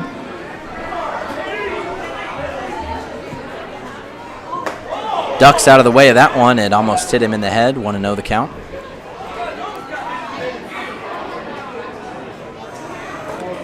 Enzel 14 hits, 3 of them for doubles, 2 of them have left the yard. Down 1-0. Here's the pitch from Albright. That one lofted in there. The off speed not quite in there. 2-0 the count on the Seton Hall sophomore. Long way from home. He's out in DeLand, Florida. Used to the humidity up here in central New York. Here's the 2-0. Up high again, and 3-0 the count on Enzel. He shakes his head as he wants to get a hit in this one. Only 2 walks so far this season. One of them came earlier in this game. Not his primary way of getting on. He likes to hit the ball, but ahead 3-0 here. The pitch is in there for a called strike.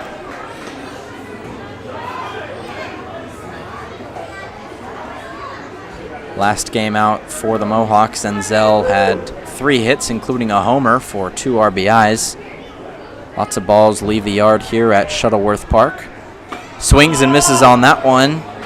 What was once a 3-0 count quickly moves to full. 3-2, the runner on first is still Brady Mills, who reached on the fielder's choice. Runner goes from first. He swings and misses on that one, and the inning is over. Amsterdam fails to plate a run, and the Lumberjacks escape unscathed for the first time since the second inning in this game. It's still 9-1 Amsterdam. We'll be right back on the Lumberjacks Radio Network.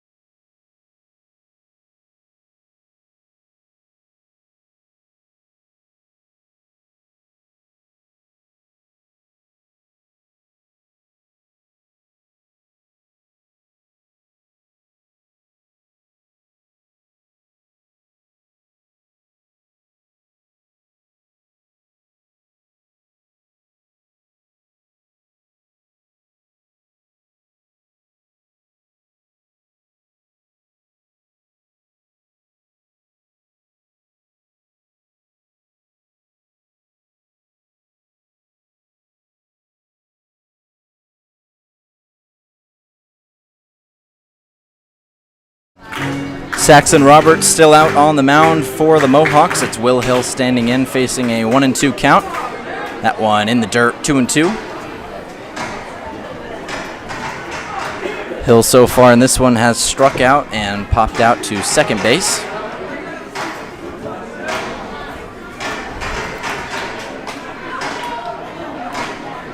Stands in from the right side and awaits. Lumberjacks still have struck out 8 times in a row. Hill down 2-2, and he swings and misses on the breaking ball inside. It's 9 in a row for the Lumberjacks. They cannot make contact with the ball, and it brings up the right fielder, Marcus Smith. 50-50 is Bryson from Amsterdam. Congratulations, Bryson. Saxon Roberts has struck out all 4 batters that he has faced. And the man out of the pen before him, Miller, faced out 5 out of the 6. Smith takes strike 1 on that one. Smith is the last player in this game on the Boonville side that made contact. He grounded out to third base. Down 0-1 here, and they want to avoid having every man in the lineup strike out in a row as that breaking ball is in the dirt. 1-1 the count.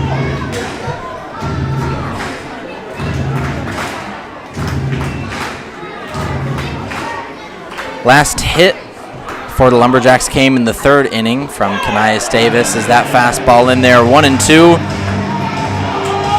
And this could get really ugly really quickly. Boonville down 9-1, facing a 10th strikeout in a row. Marcus Smith has to put this ball in play. One out in this inning. Saxon Roberts still out on the mound. He steps off to recollect himself. Marcus Smith has only played one game so far for the Lumberjacks. It was last game where he hit a home run in 4 at-bats, had 4 RBIs, including a walk and 1 strikeout. Here's the 1-2, swung on and missed, and the Lumberjacks have gone down in order, all of them strikeouts. 10 straight Ks against Boonville, and they are absolutely stunned. No answers for this Amsterdam bullpen, and they just got to keep going. It's designated hitter Bronx Lewis up at the plate now from the left side. That one bounces and hits the home plate umpire in the mask. He steps away to recollect himself, 1-0 the count.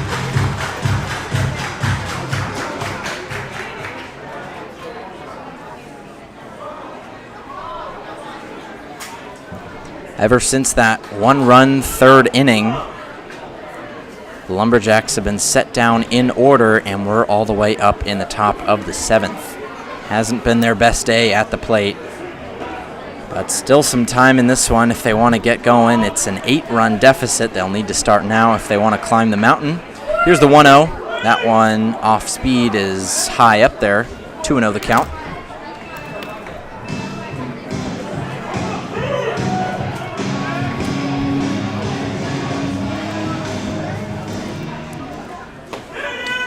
Next pitch in there for a strike, 2-1 the count. Lewis had 4 strikeouts in his first game with the Lumberjacks. This is his second full game. 1 strikeout already, and watches that one go right down the middle. Second strikeout in a row. That one actually for strike 2. Bronx Lewis still alive, 2-2 the count. 2 outs here in the top of the 7th inning. That one just outside, and the count runs full. Senior played at NAIA Concordia University, batted .342 with a .496 OBP. Here's the pitch, swung on and hit to first base. Mello throws it over to his pitcher, and it is in time. So the Lumberjacks have not reached base since the 3rd inning. We go to the bottom of the 7th here. Lumberjacks still trailing it 9-1.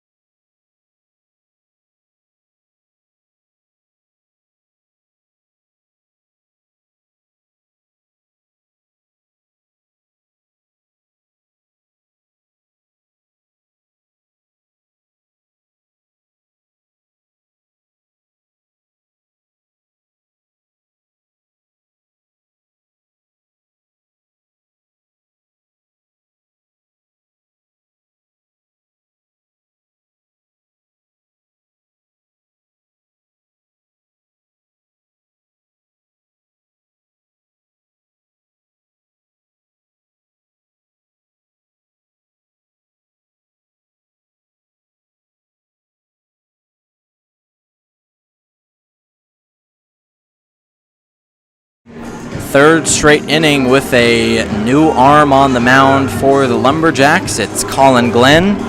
That means Garrett Albright's day is done. 1 inning pitched, 1 hit, and 1 strikeout.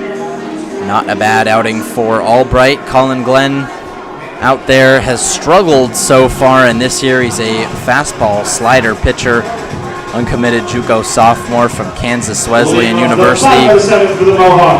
In 3 appearances so far this year for Boonville, he's got 2 innings pitched. Last one came against Utica, where he didn't even get an out. 40.5 ERA with a 5.5 whip, 3 hits and 8 walks surrendered for a total of 10 runs so far from Glenn. Beans, the first batter, with his first pitch.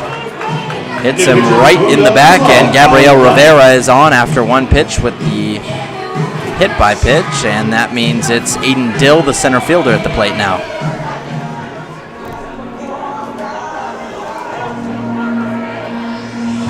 The hit by pitches, the walks, those have been the main killer for Glenn. 8 walks in just 2 innings pitched. This center fielder, number 32. Ultimately, he's struggled so far, but needs to get some confidence out here. It's a long summer. Runner goes from first. Bischoff, no throw on the high breaking ball, and a stolen base from Rivera. So runner in scoring position already. No outs. 1-0 the count on Aiden Dill.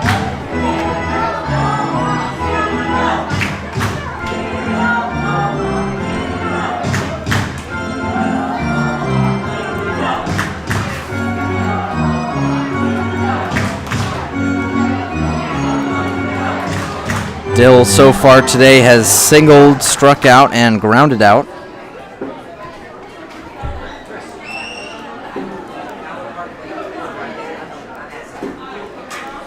Here's the pitch, that one outside, 2-0 the count. Colin Glenn, in his first appearance against Utica this year, had a 12 straight ball streak. It ultimately led to the game being over in the 3rd inning. Runner fakes going from second as that pitch finally in there for a strike. 2-1 the count on Dill. Smoke wafting in from the barbecue out behind the Mohawks dugout. Smoke in right and center field. Here's the 2-1. Swung on and hit to the second baseman. Guy underneath it and squeezes it for out number 1. Runner stays at second, and Colin Glenn gets an out. That brings up the catcher. Pinch hit for the Mohawks, number 42, Brian Carruthers. It's actually going to be a pinch hit. Brian Carruthers, the righty out of St. Bonaventure, pinch hitting for the catcher, Anthony DeCasare. Carruthers has played in 8 games so far this year, started 6 of them. Lorenzo Southside for supplying our players with their delicious post-game meal.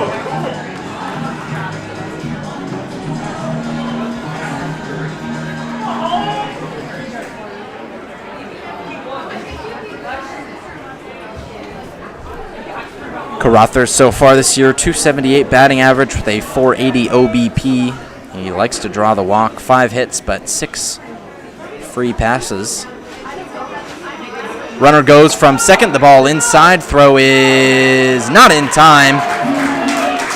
Barely just missed him as Riveras gets his 2nd straight stolen base on this plate appearance, and he's already at third off of a hit by pitch.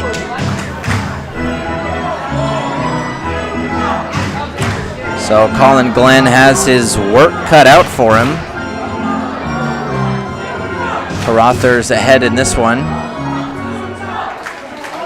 The sophomore stands in there. Here's the 1-0, swung on and fouled into the Amsterdam dugout.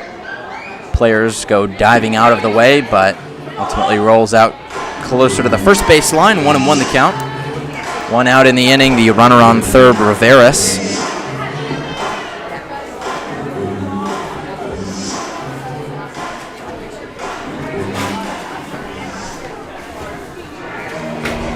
Carruthers, 1 home run. No other extra base hits than that so far this year. A .444 slugging percentage.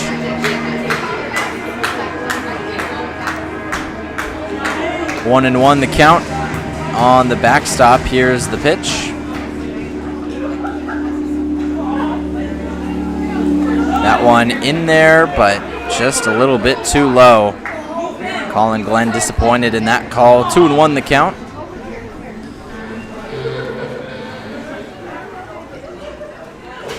Carothers is also a problem on the base paths. 2 stolen bases this year.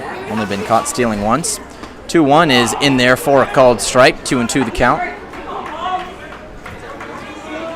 Glenn hasn't gotten through an inning so far this year without surrendering a run. Still battling for that first one and got a decent chance to do it here. 2-2 is inside. The count runs full. Full count on Colin Glenn. He hasn't really gone far into games. In his 3 appearances, only 2 innings pitched. He hasn't gone longer than an inning. On paper, he entered a second inning against Utica, but didn't get an out in that inning as the 3-2 is inside. He walks Carothers, and that means runners at the corners. 1 out for the next batter, Tyler Figueroa. The second baseman, number 0, Tyler Figueroa.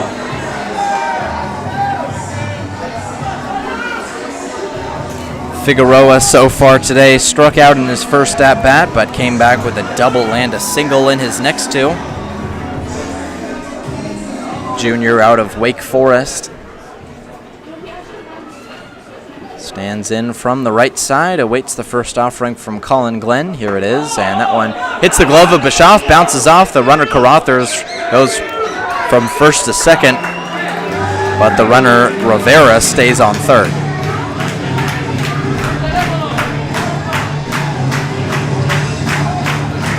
A wild pitch there on Colin Glenn. That one was way up high, and now runners second and third with just 1 out in the inning.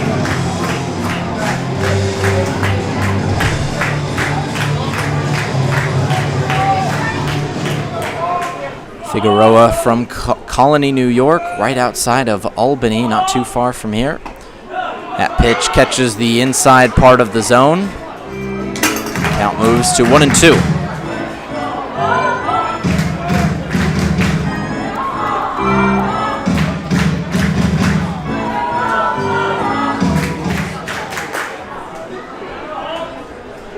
Here's the 1-1. Swung on and fouled back.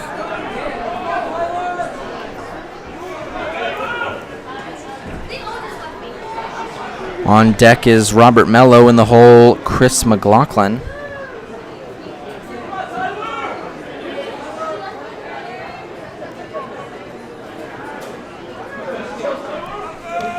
Here's the 1-2 from Colin Glenn. Fires the pitch. In there for a called third strike. And Colin Glenn gets him looking. His second strikeout of the year. And there's 2 outs in the inning. Runners on second and third.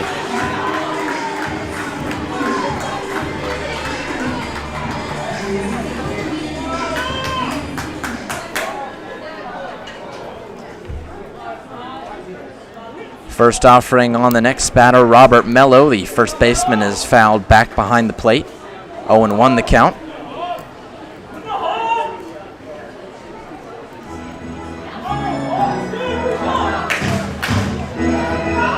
Getting late here in Amsterdam. It's nearly 9 o'clock. The United States Opening World Cup game kicks off in just 4 minutes against Paraguay.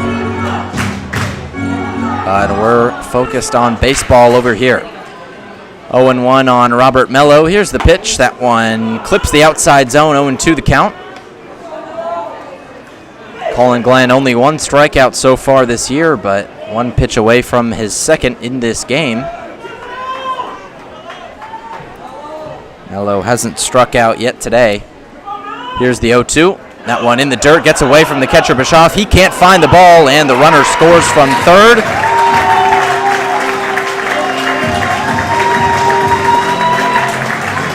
The pinch hitter Carothers goes from second to third, and that means it's 10-1 Mohawks.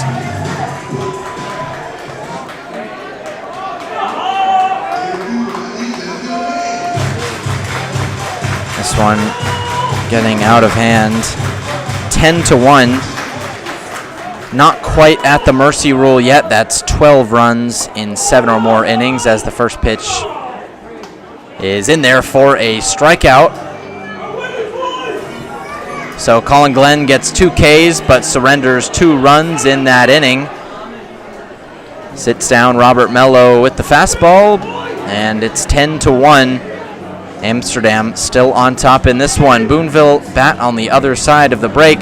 We'll be right back on the Boonville Radio Network.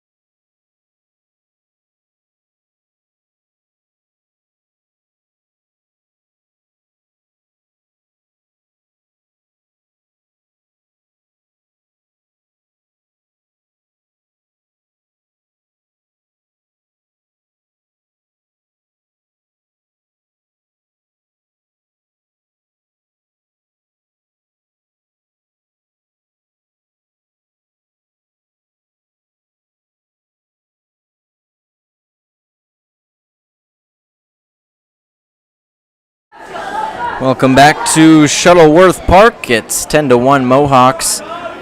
Boonville batting down to what could be their final inning. Amsterdam are 1 out away from hitting the mercy rule. It's 10 runs in the PGCBL and currently leading 9 after 7 innings. New pitcher on the mound for the Mohawks. It's Andy Kai, the right-hander. 3 appearances so far in 6 innings pitched as Seb Swangham fouls this one back. 1-1 the count. 3.0 ERA. He's surrendered 8 runs. Only 2 of them have been earned. 9 hits and 3 walks, 4 strikeouts, and has surrendered the long ball once. Another pitcher coming out of Taiwan, just like Lo Wen Sheng, as that off-speed in there, just 75 miles an hour, but fooled Zeb Swangham, the first batter in this inning, as the count moves to 1-2.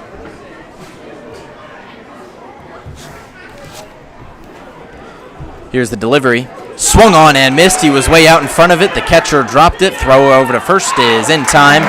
Drop third, strike is completed. So that's 11 strikeouts in the last 12 batters for Boonville. Brings up the third baseman, Carson Beatty. The first baseman, number 36, Carson Beatty.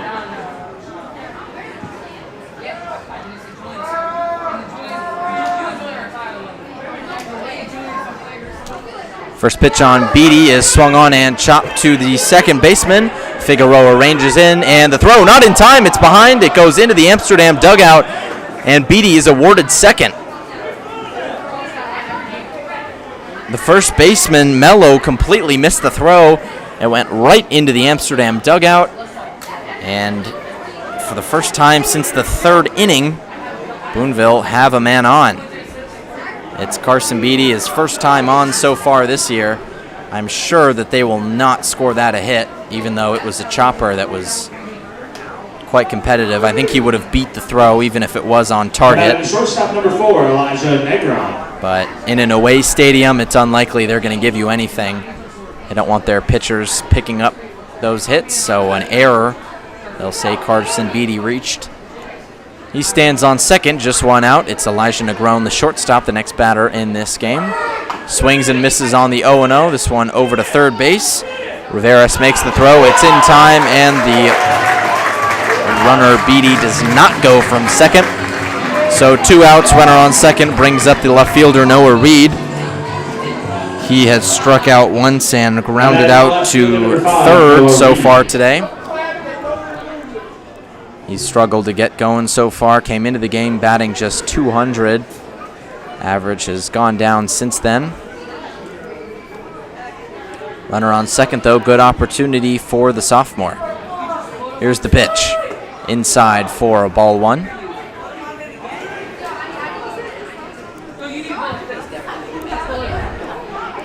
Andy Kai, the right-hander, has 1 win so far this year. This wouldn't be a win or a save for him, but good innings for the Taiwanese right-hander. Beatty jots back and forth at second. The 0-1 delivery is outside. 2-0 the count.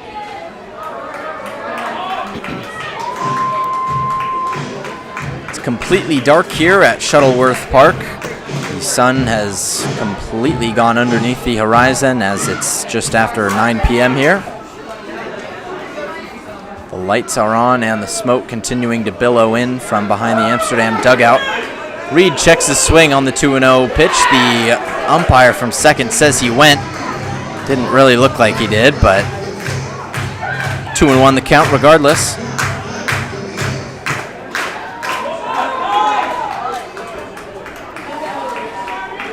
Reed looking to get something going, possibly to avoid what could be a mercy rule in this next inning if Boonville surrenders another run. Off speed, he looks at that one and it's in there. 2-2 the count.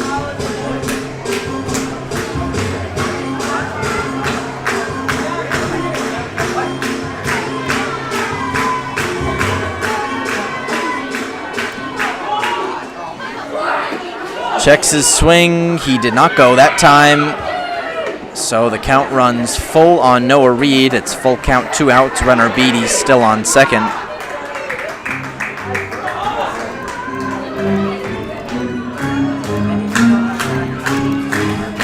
Reed struck out 3 times in the last game he played, looking to avoid the same thing here today. Here's the pitch. Swung on and hit down the left field line into the trees. That one's going to be foul. So they'll do it once again. Andy Kai hasn't seen too much action. He's gone 2 innings in each of his 3 appearances. And Amsterdam probably hoping he takes them through the rest of the game here today. The 5'11" righty Reed awaits the pitch. Here it comes. Swings and fouls it back yet again. This one off of the top of the overhang here behind home plate. Made a loud sound. Some fans were audibly taken aback by that. Count remains at 3-2, however. Noah Reed defending the plate. 1 strikeout already today, along with a ground out, looking to get on base and possibly get an RBI for Boonville. Here's the payoff pitch for the 3rd time on Reed. In the dirt, and he walked him. So Boonville have 2 runners on in the top of the 8th inning here. That brings up the catcher in this order, the 9-hole, Seth Bischoff.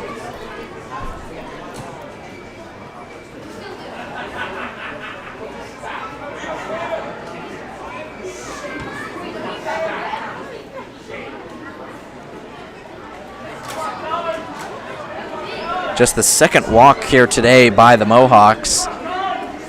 Comes late here in the top of the 8th. Pick move by Kai is not in time. Beatty went in sliding head first. He was safe.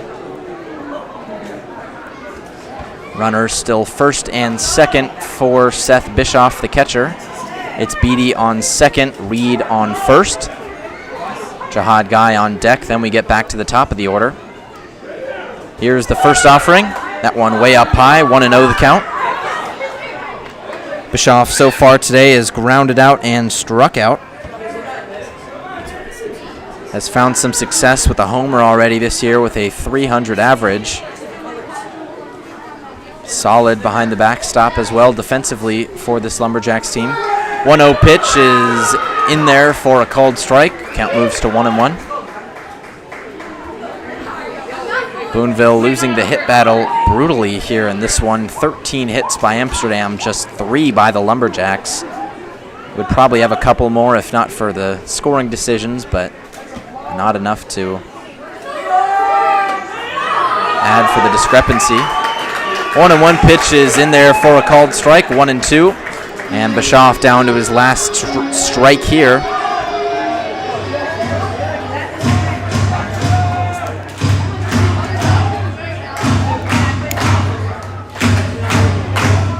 One and two the count on the backstop. Bischoff, here's the pitch, swung on and chopped to the third baseman Rivera. He looks over and makes the throw. Bounces in the dirt, Mello digs it out, and the throw was in time. Boonville leave runners stranded on first and second. They'll need to keep runs off the board or else it'll be a forfeit here in Amsterdam. We'll have the bottom of the 8th inning for you coming up right here on the Lumberjacks Radio Network.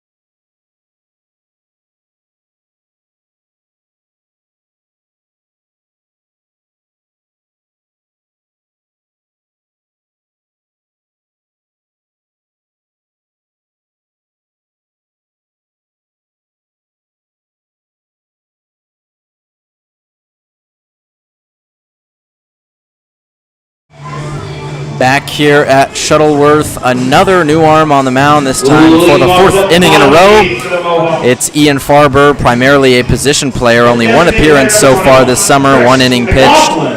Set his lineup down 1-2-3, was shut down, surrendered no runs, no hits, no walks. Boonville hoping for the same right here. First pitch is outside on McLaughlin, the second baseman.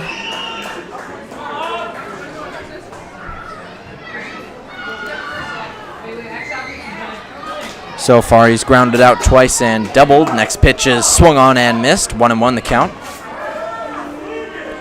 Farber is a hitter so far this year, batting .125 in 18 at-bats with a .333 on-base percentage, but has done much better on the mound, even with just one appearance so far in this one. Next delivery is outside, 2-1 the count on McLaughlin.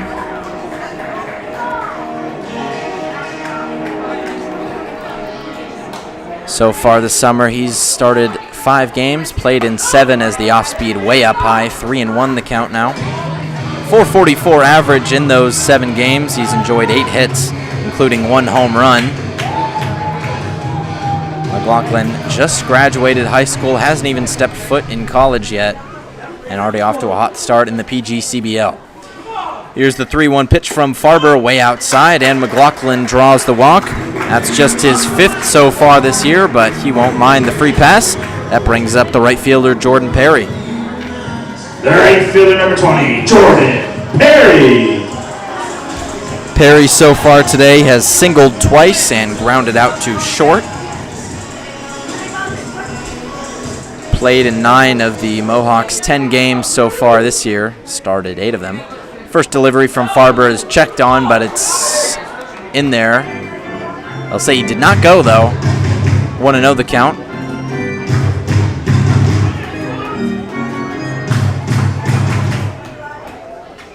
Ten to 1 the score. Here's the 1-0 delivery, fouled right back behind the plate. 0-2 the count.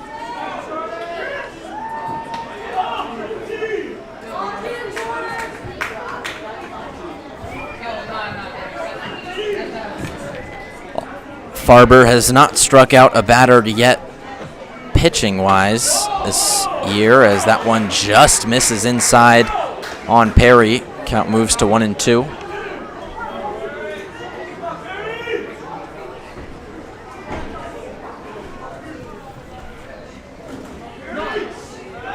Farber checks back on the runner. The ball is lost. Beatty can't find it, but Jihad Guy, the second baseman, scampers over to pick up the ball, saves any danger. 1-2 still the count on Perry.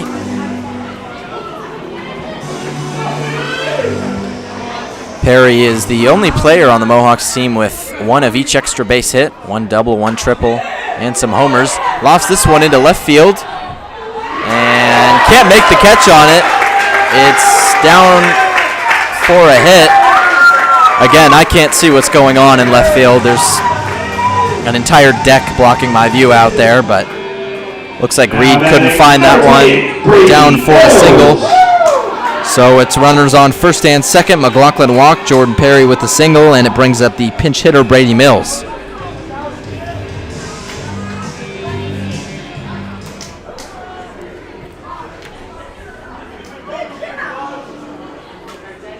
Harrison Haig out there in left field. It looks like they're going to score that one in error against him. First delivery on Mills is up high, 1-0 the count.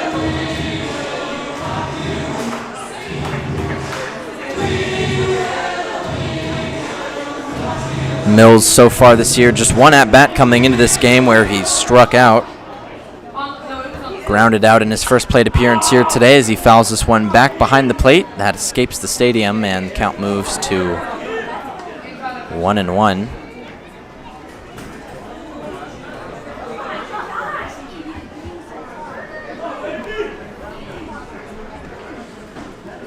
Mills, the College of William and Mary commit, a high school senior, watches that one go down low.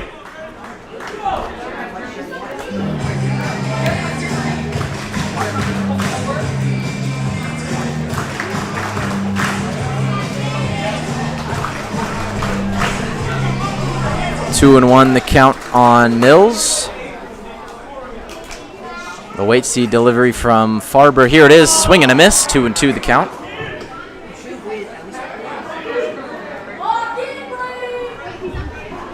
As I take a sip from my water bottle, freshly engraved from CJ Custom Engravings by Ed Moffett out there in Boonville.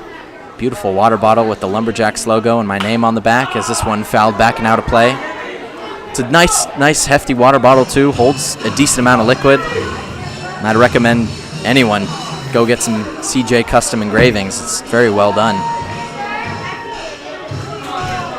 2-2 the count on Brady Mills. Meets with his manager down on the third baseline for the plan of action. Runners on first and second.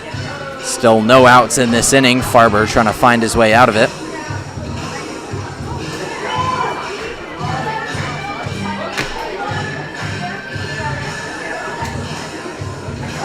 Brady Mills came in to pinch hit for James Houghton, the extra hitter who was batting in the 10 hole. Houghton had struck out and grounded out so far in this game, and Mills hasn't done much better. Ground out in his first plate appearance. Stands in from the right side, the 6'3", 200-pound batter.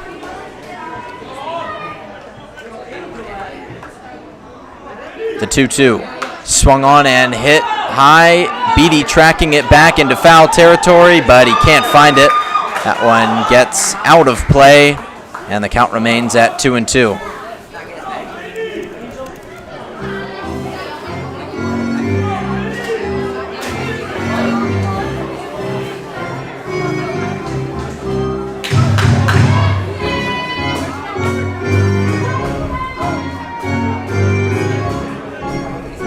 Mills from Saratoga Springs, New York. Coming in to go play D1 ball. Count all even here, 2-2 on Mills. Here's the pitch. That one hits him in the foot. Gets back and out of play, but it hit him. Farber took back foot slider a little too literally as that off-speed clips him on that right foot. And the bases are now loaded for the leadoff man, Tyler Correa. Now batting the shortstop number 1, Tyler Correa. A hit would end this game, as the mercy rule would likely be in effect since we're past the 7-inning mark. We're in 8 here. Could be a walk-off in the 8th inning for the Mohawks. First offering on Correa, swung on and hit in the middle. Swingham can't find it. Throw is over home, and the game is over. Swingham slid right behind the pitcher's mound, tried to throw it to the catcher, Seth Bischoff, and absolutely airmailed it into the back of net. Mohawks win. Mohawks win it 11-10. Your final here in Amsterdam, New York. Please get home safe and don't forget. Another loss for the Lumberjacks. They move to 1-6. Now 2 games behind Glens Falls in last place of the Eastern Division in the PGCBL. And the struggles continue for Christian Griffin and his men. Couldn't get it done out on the mound. 11 runs surrendered. Certainly not their highest of the year. Surrendered 18 to Utica in the last game. But ultimately the offense was able to fight back in that one. Here today, absolutely nothing on the base paths or at the plate from Boonville. The strikeouts really the main issue for this team here today. It was way too many, 14 Ks on the day. That's similar to their pace they started off to jump out into the league and in strikeouts for the first 2 games of the year. And still with the fewest games played in the Eastern Division, they will be in at least the top 3 in strikeouts, depending on how the rest of the night shakes out for other teams still in play. Boonville back in action tomorrow against Saugerties, the defending champs. That game will be at Robert Smith Sports Complex. We'll have you covered with the video broadcast right here on the YouTube channel. Ultimately, just not enough. Not the first time we've said that here on the broadcast tonight, and Amsterdam came in and absolutely shut down this Boonville lineup. Ultimately struck out 10 in a row, ranging from the 5th all the way to the 7th inning, and just not enough from the hitters or the pitchers in this one. It's a long 2-hour bus ride back to Boonville, but they'll be back in action hunting redemption tomorrow. Just 3 hits from this entire Boonville 10-man lineup, and not good enough. 14 for the Amsterdam Mohawks. And that's going to be it from us here on the Lumberjack Radio Network. We thank you for sticking with us here from Shuttleworth